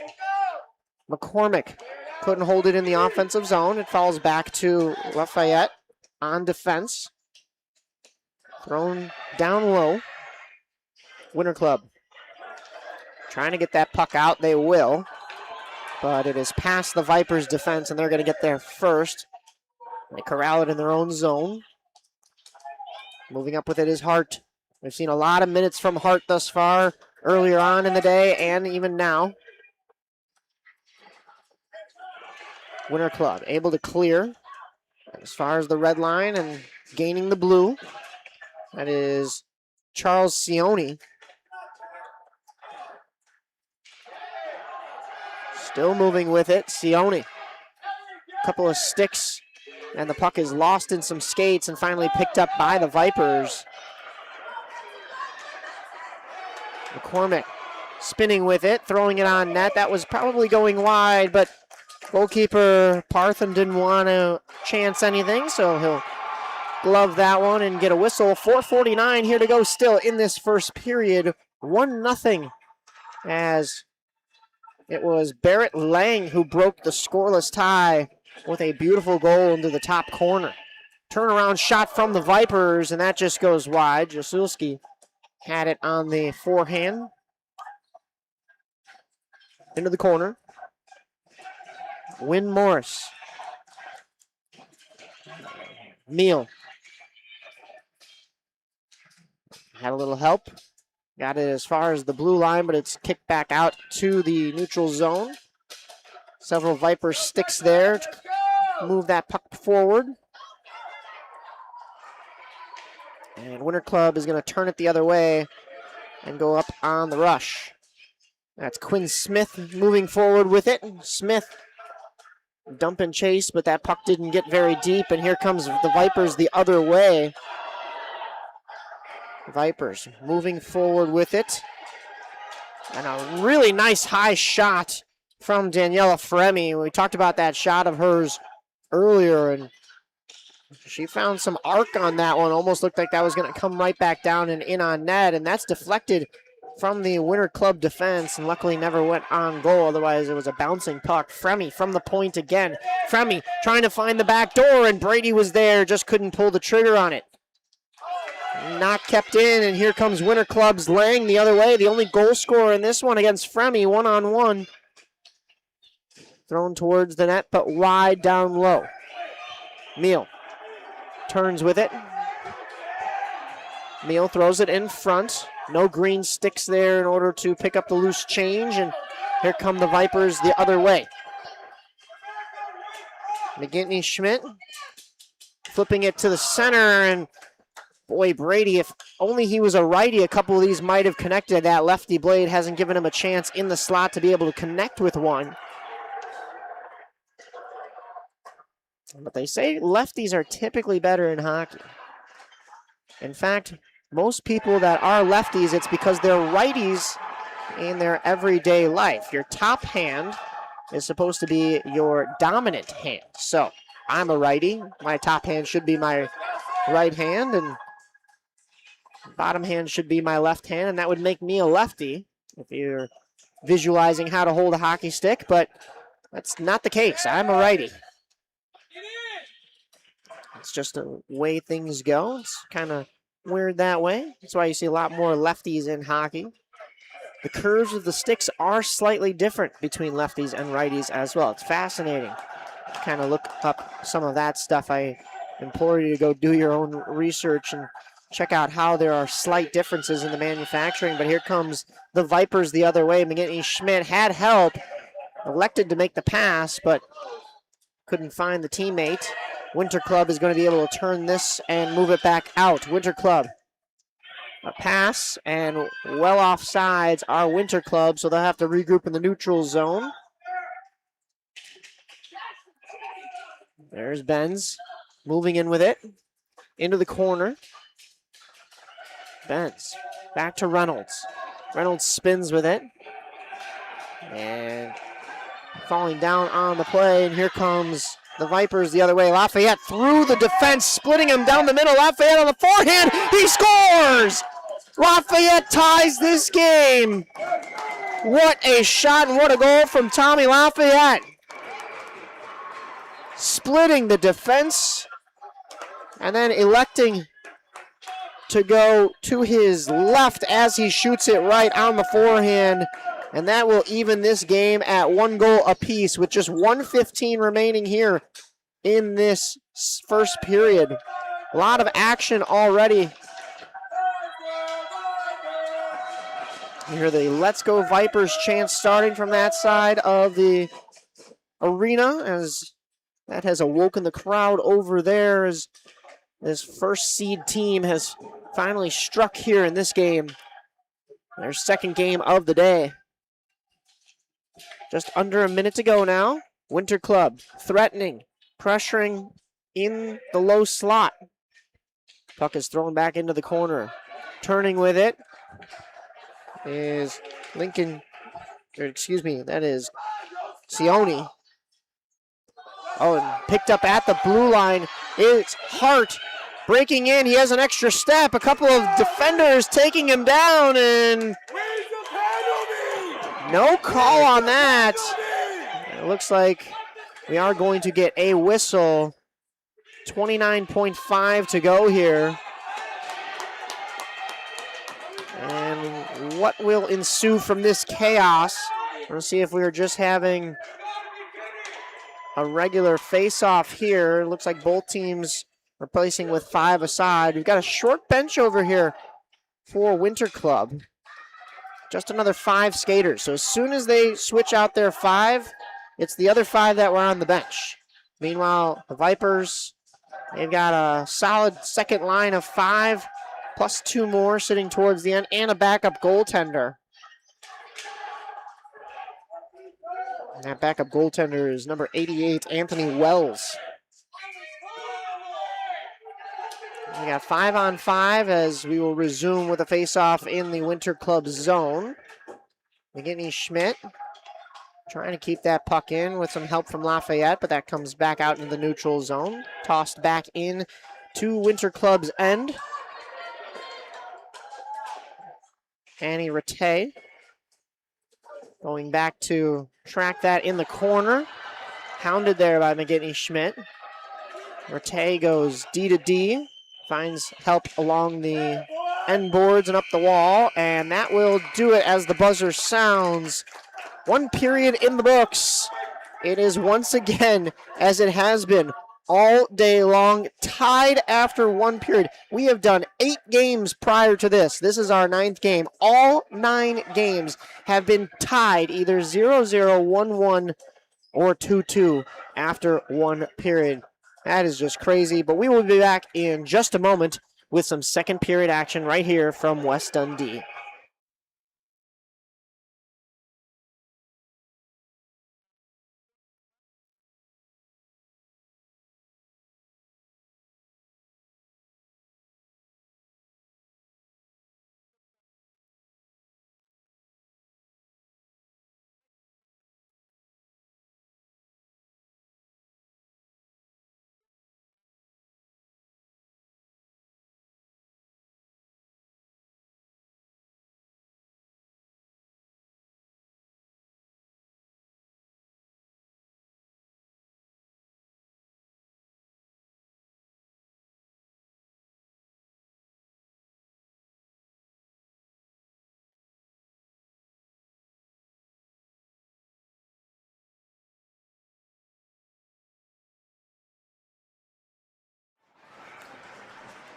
Just about back underway here for period number 2 between the Vipers and Winter Club. It is a 1-1 tie after 1, and Winter Club wins that draw, but it's pushed forward towards the Vipers. Now back to the Winter Club defense, and that puck gets knocked up and out of play into the Viper bench. We'll have a face-off in the neutral zone.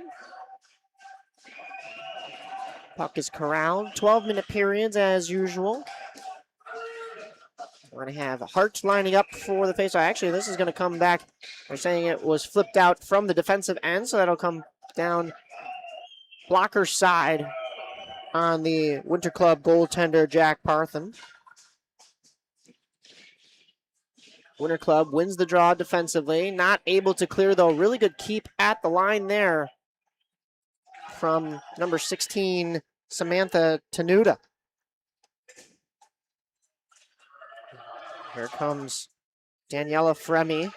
Collision along the boards as she was trying to carry the puck back out. Winter Club keeping that in momentarily, but here come the Vipers poking that puck free at least to the neutral zone, and Brady just couldn't get the handle on it. Sione moving back in with it. Winter Club on the attack. Winter Club trying to go down the wall and into the corner with it, running into the stripes there. But he moves out of the way, and it'll be 2 aside as they battle for it. Puck finds its way along the half boards. Bends, a little bit of physicality against Brady in the corner. When we play on, Fremy trying to clear her zone. That won't go. Benz is taken down during that play, and we play on. Morris overskates it just a little bit, and Hart able to keep it in. Hart has a clear lane up the gut. Has some help there. Thrown back in front, and it hits off the goaltender and wide. A wraparound attempt from Hart. Another try against the side of the cage. That won't go. Winter Club rings it around the end boards. And this puck is still in the Winter Club zone, just on the near wall, as they now pick this puck up and skate out with it. Johnny Reynolds losing it at the blue line, pinched off by the Vipers defense. Vipers moving up with it. Tenuta. And there is the arm of the official, as that one was a little bit of a shoulder check. So we'll get our first power play of this game here. Going to the Vipers. There's just a little bit of extra contact as the Vipers cross the blue line. So got to get the referees over to the box door to see who's heading in. That'll be Reynolds. It'll be Johnny Reynolds headed to the box. 90 seconds on the power play. 9:50 here to go in this second period. Apologies, that should say second period. And we are underway on the power play time for the Vipers, but it's corralled by Winter Club behind their net. They fight for it there. Kept in at the point nicely by the Vipers. Throwing it into the slot, but it won't go, and Winter Club able to clear their end. 1 minute remaining on the power play, but that is going to be an icing And that'll bring the draw all the way back down. 9:25 to go here. Winter Club lining up. It's going to be Meal to take the draw against McGinty Schmidt. McGinty Schmidt draws one by the Vipers. And puck is found underneath the glove of Jack Parthen. Winter Club, of course, in their forest green with the brown, very old-time hockey-like jerseys, almost Minnesota Wild-esque, versus the Vipers, who are in their Anaheim Ducks-inspired apparel. In a sense, you got that orange with the tan and the black in there, the newer age Ducks that I know some people like the Mighty Ducks stuff a little bit better. I tend to like these colors and how they work, especially when you pair it with that Vipers logo. 9:07 left to go here in this second period. 47 seconds on the Reynolds penalty as he is still in the box. So 5-on-4 still for the Vipers as they look to try to get some offensive zone time. They won't be able to. It'll be cleared out by Winter Club as far as center. McCormick fighting for it there. Had to fight against Bodie Eisler. Thrown in front, rattled around a couple of skates and some sticks in the blue paint, but cleared out eventually by Winter Club. 14 seconds remaining on the man advantage. And the Vipers will dump this puck back in. That goes actually on net, so counted as a shot on goal right there. But the Vipers trying to turn this into something as they still have a couple seconds on the man advantage up. That is now up. 5 aside now. We are all back to even strength. Reynolds is out, but turns it over to Hart.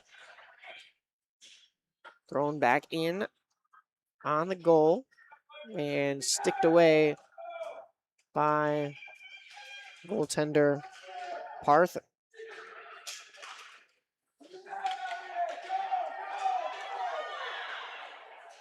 McCormick along the wall. Smith. Hart carrying it across the blue line. Throwing it back down behind the net. That puck is found in front of the net, but Vipers desperately trying to get it towards the crease. Hart had an opportunity, but just kind of fanned on the shot. And Winter Club trying to turn this around and get this out of their zone. It won't. It'll stay at the line. Elliot McCormick. That is actually Daniela Fremy keeping that in. A backhander from down low and a nice save on Hart's backhander from Parthen. Parthen coming up big to keep this a 1-1 tie. 7:07 here to go from West Dundee.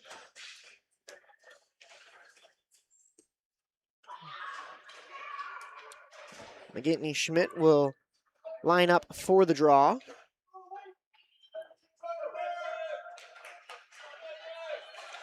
Vipers win it in the offensive zone. Shot from low, but hits a skate. Brady turning that puck around. Thrown down low.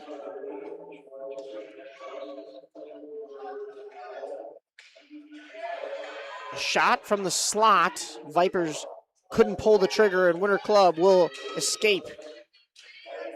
Sione.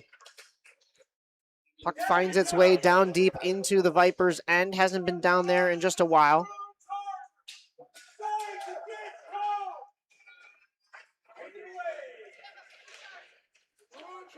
If you are the owner of a maroon Charger, it is getting towed. So head on out to the parking lot. Make sure that doesn't happen to you. I would hate for that to be the case. McGinty Schmidt moving up with it on the wing. A rising shot and a beautiful glove save up high from Jack Parthen. May or may not been going over the crossbar, but we've seen a couple of lob shots today that have snuck in underneath the bar as they dip down in there, so don't want to take any chances. Good idea to get a glove on that one. 6:07 to go here in this second frame.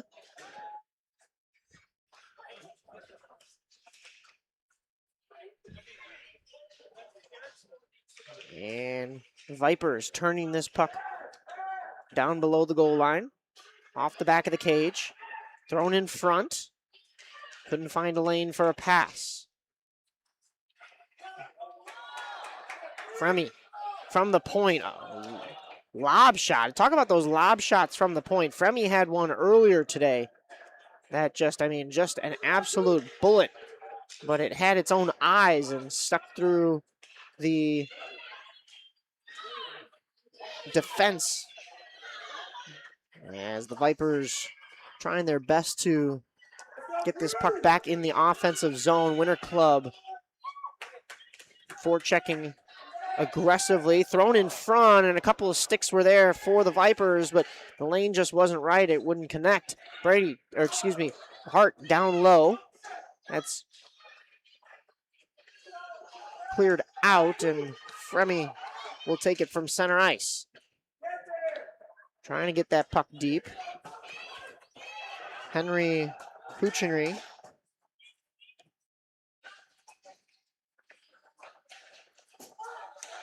carrying up with it is number 16, Samantha Tenuta.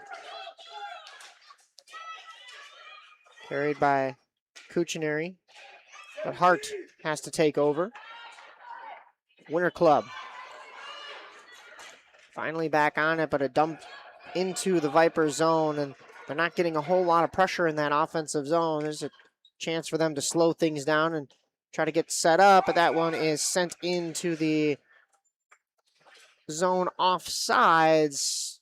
It's the period of the long change, and I mentioned this earlier today. You got one door in the actual zone, in the actual offensive zone, so you got to be careful when you're changing, and that was the case there for Winter Club, and that'll not create too many men. That would have been the worst case scenario, but it's never fun either when you have an offsides infraction against you, so we'll do the face-off in the neutral zone, and the Winter Club side will have to try to start again. McGinty Schmidt carrying it up the wing. Spin pass from off the boards just wouldn't go. Under 4 minutes to go here in this second period. Reynolds across the line. He's got Sione with him. Trying to feed it back to center, but too many Viper sticks there. Heisler thrown down low, and snuck through. Goaltender didn't know where it was, and Madden Dufree, he didn't fully have an eye on that puck as it snuck through the pads but stayed out. We stay tied in this one. McGinty Schmidt up this near side wall again. That could have been disastrous. Winter Club trying to flip that puck out. Instead, it just goes to the wall. Reynolds and McCormick collide in the corner. Referee was right there to see the whole thing. No call. Incidental contact for sure. McCormick throwing that down low. 2:50 to go. Benson Jusitz. Carrying this back up is Sione. He's got help in the form of Benz, but that one didn't connect through the neutral zone. Vipers take it back out. Winter Club reaching for it, and it's Reynolds to steal. And that puck finds its way down into the Winter Club corner. Sione. Pass into center ice. Benz, and that one comes up and clips the Winter Club coach, as that was just perfectly tipped and redirected into the bench. So we'll have a face-off right in front of Winter Club's bench. 2:01 to go here in this second period. Scores 1-1 in between these two teams. This 1 seed versus 6 seed. The 1 seed Vipers taking on the 6 seed Winter Club, but Winter Club holding their own.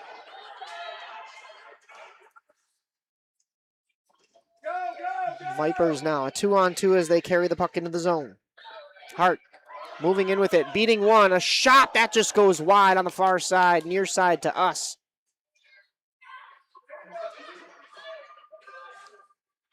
Brady keeps that puck in for his Vipers teammates as he patrols the blue line. Jaluski. Hart flipping that up, and here comes Winter Club the other way. Winter Club, Ben Meal has been a big face-off taker as the center for this Winter Club team throughout the night. Here comes Fremy. Fremy, the shot rising, hits the crossbar and stays out. Fans wanted that puck to be in, but that was clearly off the crossbar and out as that puck finds its way on net, and a good glove save from Parthen to freeze and hold with 49.6 seconds left.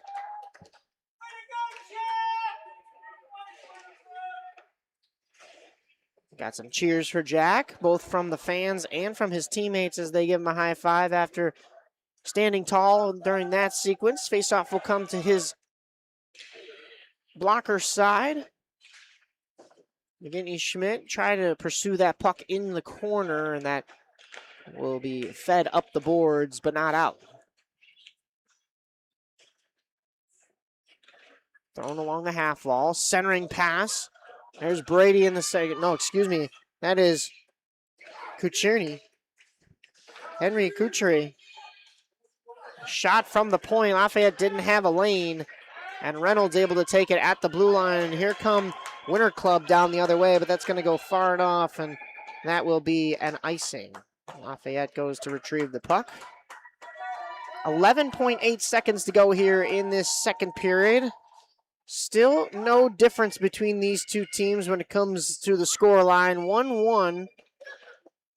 We'll see what that brings us in these last 11.8, but also the last 12 minutes of this game in the third period. Or will it be the last 12 minutes? We've seen quite a lot of overtime scenarios today, so I would not be surprised if we get another one here. We've seen a lot of 1 versus 6 matchups, 1 versus 5, 2 versus 6, and that'll do it at the buzzer. And most of those matchups have been, actually, as I was saying earlier, all of those matchups have either been a 1-goal contest or less today. So, ones are wild as we head to the third period here in West Dundee. Mike Napolitano on the call for Stream Sports Midwest. We will come back with the third period action between the Vipers and Winter Club in just a moment.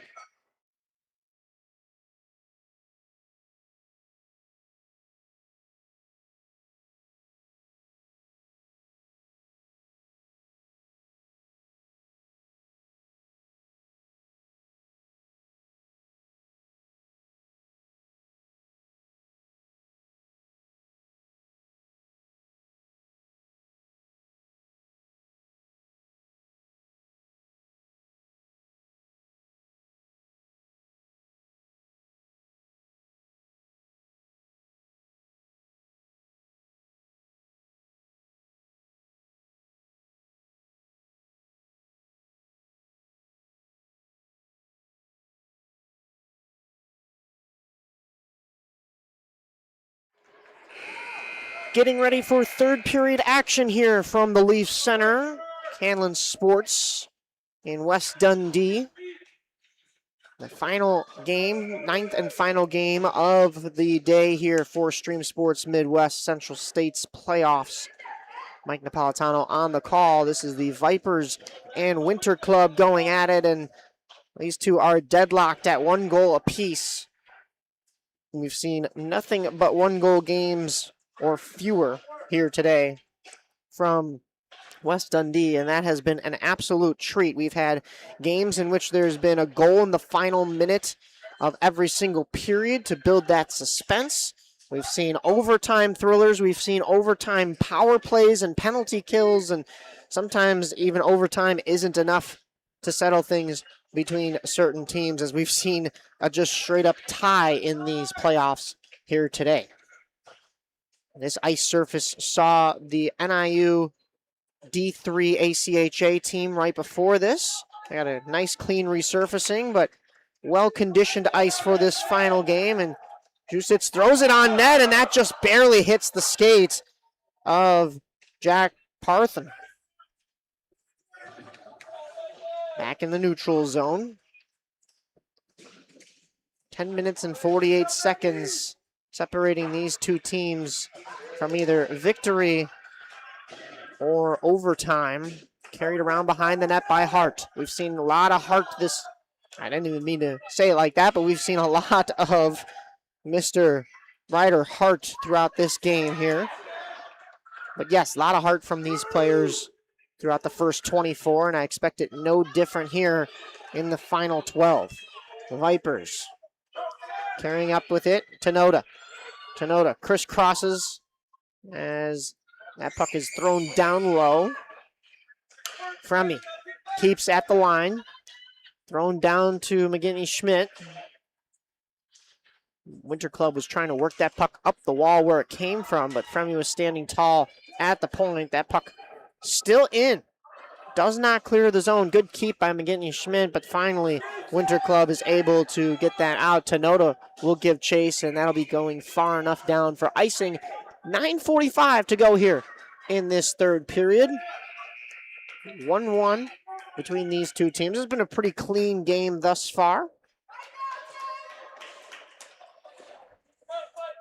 Both teams, I don't want to say still trying to figure each other out here in the third period, but it has been a duel to see who's going to make that first mistake. And of course, both teams have let up a goal already, so mistakes have been made, but it's the next one that really counts here. You go into the third period tied. It's a brand new game. Just 12 minutes. Whoever can win these 12 minutes, that is what you're looking at. And if you can't, of course, you'll get an overtime period, but I know coaches are looking to try to get things over with, especially with a point seeding system in these playoffs. Look out, here comes a move from Lang at the blue line. He crosses the far blue line, but an extra little move at the line, and that forces Winter Club offsides, as coming into the zone early was Quinn Smith. So we will bring this faceoff back out from the Vipers zone. 9:16 to go here in this third period. Clock is moving fast for both teams as they both look to try to even things up here. Or excuse me, uneven things up here. Reynolds trying to get his glove on to go ahead and take the face off. Stick is the wrong way as well. Got to get that blade down, son. There you go. All right. Face off won by the Vipers. I don't know if Reynolds was still getting his fingers in that glove or what, but finds him along the wall anyways, but that's going to be an offsides, and we will redo it all one more time from the same dot. 9:04 on the clock. Reynolds doesn't quite win that one, but Hart and the Vipers just push that up into the neutral zone and pass it back to the Winter Club defense. Winter Club losing it at the far blue line to Lafayette. Lafayette up the wing, spins with it, loses it in the skates, tries to make the pass to the center, but fans on it. Kenzie trying to pinch at the blue line. That doesn't work, but good backtracking and back checking to get back. Vipers flip that puck down low, and it's a ground ball that is easily gobbled up by Jack Parthen. 8:24 remaining in period number 3. Both teams maybe a little bit scared to make that next mistake. just playing things safe, not taking too many risks or too many chances. If one comes your way, you get a lucky bounce, as that one is flipped in, and that finds its way back out, and on the back door, finding the loose puck are the Vipers. And what a celebration from McCormick, who puts that puck home to break the scoreless tie. 8:11 still to go here, and the Vipers have a lead.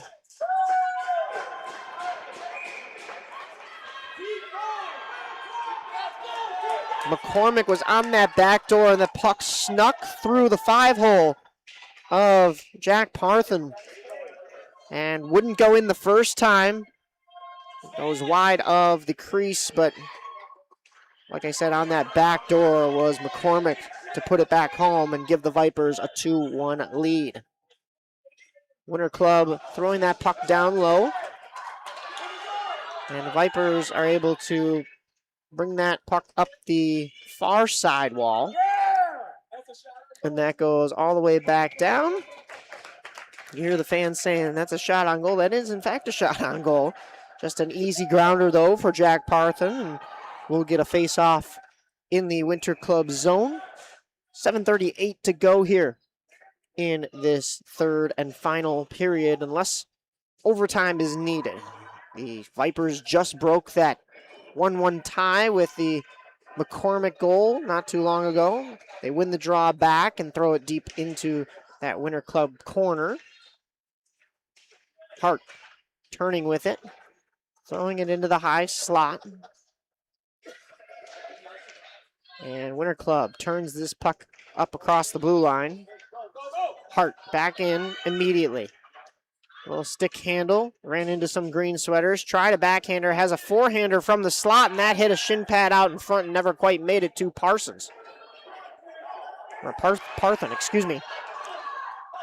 Benz moving up with it, and not bringing that back in smartly was Reynolds, although his skates were in the zone and kind of just got hung up, and that'll be an offside against Winter Club.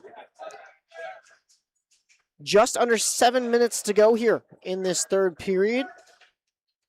I'll give you those clock updates, especially if you are rooting for Winter Club and you know that time is of the essence to get that equalizing goal. Meal winning that puck forward in the zone, onside, patted away from Durfee. Vipers control now in the neutral zone. 3-on-3 as they enter the zone. A fourth man for Winter Club back checking. All 5 Winter Club skaters moving up with it now. Lang trying to split the defense. And good stick work by the Vipers to keep that wide.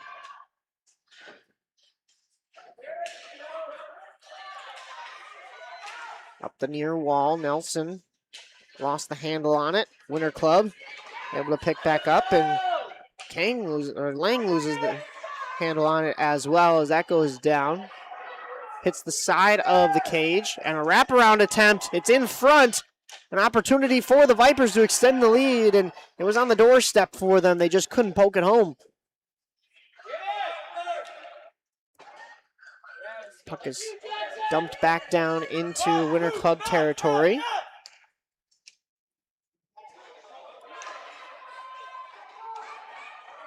McGinty Schmidt throwing that in front. A turnaround shot from Kutry. Trying to throw one in front once more, but that won't go. That was Henry Nelson moving up through center with it. Look out, here comes Lang on the breakaway all alone, splitting the defense and just shoots it wide on the near side. Right-handed shot. And that puck sails past the post on this right side, closest to where the fans are in the stands. So they had a good clear view of that. A couple of Winter Club skaters collide, and they'll have to get a change going there. Almost too many men. Fans wanted a call, but that was just an easy change right there. Nobody was playing the puck. And Reynolds moving in with it now. A shot that hits the pads of Durfee and stays out. And falling down into the corner are some of the Vipers players we play on. Lafayette moving up with it, and we do have a penalty there called as the Vipers touch back up. It looked almost incidental contact, but it was quick, so Lafayette goes down. We're going to take a look here and see. Should be okay, just rattled a little bit on the play, but both players were going at high speeds and seemed to be incidental, but we're going to have a call nonetheless. 4:23 here in this final period. Vipers will be on the power play, and they already have the 2-1 lead. It'll be a 90-second power play. Lafayette looks to be getting back up onto the feet and onto his skates. Tommy Lafayette, a tough number 77 out there on the ice, and he's awarded his team a power play here. It'll be Ryan Metz in the box, just coming across, and that collision will result in a power play for the Vipers side of things. Hart to take the draw. Have that top line out there. Got Fremy at the point, ready to get this puck. It comes back to her. Fremy, a shot, gets stick checked as it's going towards the net. Finds its way behind. Hart on it again. McCormick, the most recent goal scorer for the Vipers, the difference maker in this game as well, trying to throw this puck out in front to the center, and that puck finally finds the pads of Jack Parthen. Dangerous opportunity out in front for the Vipers. Winter Club doesn't need to clear their zone because they're still trying to kill this power play off. 53 seconds to go on the power play. 3:44 left in regulation. Benson Jusitz throwing it back to Fremy. Oh, and look out. That one popped over the stick of Wynn and almost into the net as that went over his goaltender. So one of those tips you don't want from your defense on the shot from Remy at the point. Fremy, one more time, throwing it down to Jusitz. Throwing back to Jusitz. Trying to turn with it there. Hart taking that puck down low into the corner. Turning with it and throwing it back up to the point. Fremy winds up and almost drills, I believe, caught a piece of Reynolds on that one. Good thing they've got cages on because that puck came high up into the head area. Fremy shooting that puck through the slot. It goes to the far boards and finally works its way out. Fremy will have to regroup from center ice. Losing it in the skates and sliding with it is Fremy. Jusitz turning that puck over to Winter Club. And the Vipers go D-to-D in their own zone, but then play catch with the Winter Club defense as changes were being made. Here comes Annie Rattay. Winter Club tried to poke that puck back across the blue line, and that'll result in an offsides and a stoppage of play. 2:07 to go here. Penalty time expired, so back to full strength for the Winter Club side of things. 5 to a side. It'll be Reynolds in the draw against McGinty Schmidt. Benz steps in to win that one for Winter Club. Vipers trying to just clear their zone. Under 2 minutes to go here. Out from the corner, Winter Club. It would not budge, and that finally finds its way out of the zone. And right back thrown in, that's an offsides on Winter Club. 1:43 here remaining in this game.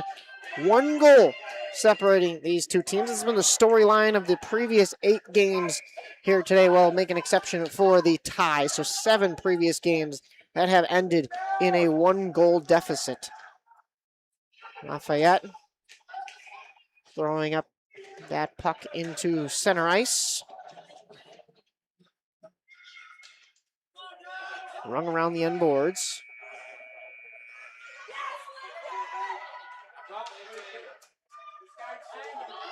Penzie just dumps it down low. Vipers just trying to play away from their net as much as possible in these last few minutes. 70 seconds to go here. And Meal cooking up the wing. Centering pass was just at the top of the umbrella, nobody home. And here come the Vipers the other way. Look out.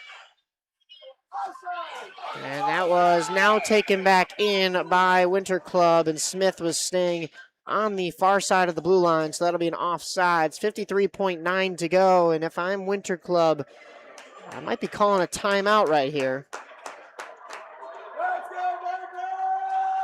Down a goal, you got to be thinking about pulling your goaltender pretty soon here. No timeout called by Winter Club, and the faceoff is won by the Vipers. The Vipers will carry up with it. McCormick trying to get that into the zone, but Winter Club turns it back the other way. Lang fighting for it along the boards. Fremy stopped by Meal. Meal moving across the blue line with it, centering it. That goes off the stick of Tenuta. 30 seconds remaining. No opportunity really to pull the goaltender, and an offsides whistle there. 26.3 to go. And it looks like Winter Club is trying to use their timeout now with 26.3. And I don't think the referee understood that there is a timeout here. So Winter Club finally gets their timeout. 26.3 still on the clock. And we will take a break as well. We'll come back with the final 26 seconds of this game between the Winter Club side, who have one goal. The Vipers with the lead with 2. Right here on Stream Sports Midwest.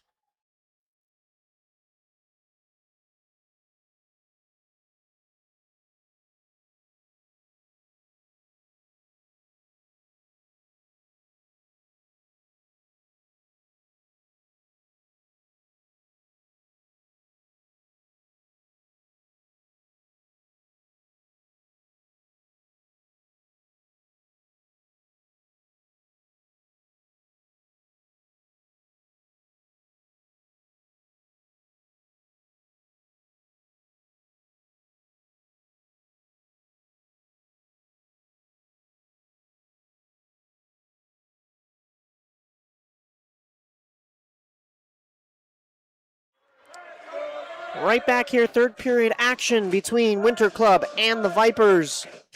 2-1 in favor of the home side. That is the Vipers with 26.3 to go here. Faceoff is pushed forwards by Reynolds. In the neutral zone as time is ticking down. 20 seconds remaining. That one stung a Viper just inside the blue line, but it has to come back out to the neutral zone. Slap shotted down, but it doesn't go as far as the circles. And the Vipers are content to just play this behind their net and let time expire as Winter Club tries to pressure there, but the horn will sound, and the Vipers have taken the final game here of the day. So 2 wins for the Vipers here today, if my memory serves myself correctly, as they won that game earlier that Hannah and Andrew had the call for. We'll get to handshake lines, but once again, a 1-goal game. That just goes to show you the talent in Central States hockey and how well they organize the different tiers of talent, as everybody has played within a goal of each other here today or fewer. So we'll get the goaltenders with their high fives, and we will say goodbye to a long day here from West Dundee at the Leaf Center. We'll be back tomorrow with another whole set of games. It'll be a lot of the winners from today, and depending on how the points shake out, it'll be a great morning and afternoon. First game starts at 8 a.m. right here on the center rink. All 5 games on the center rink. 8 a.m., 9:20, 10:40, 12 o'clock, and 1:20. But we know with extra overtimes and whatnot, there's always the chance that those games run late. So you see Durfee give a little extra jolt to the glass, but that'll do it here for Stream Sports Midwest today. Hope you enjoyed any of our broadcasts. We had Eric Willowhite and Aaron Schellen out in both Romeoville and Darien today, so hope you enjoyed those as well. But as for us here at West Dundee, I am Mike Napolitano signing off. We will see you tomorrow right back here bright and early.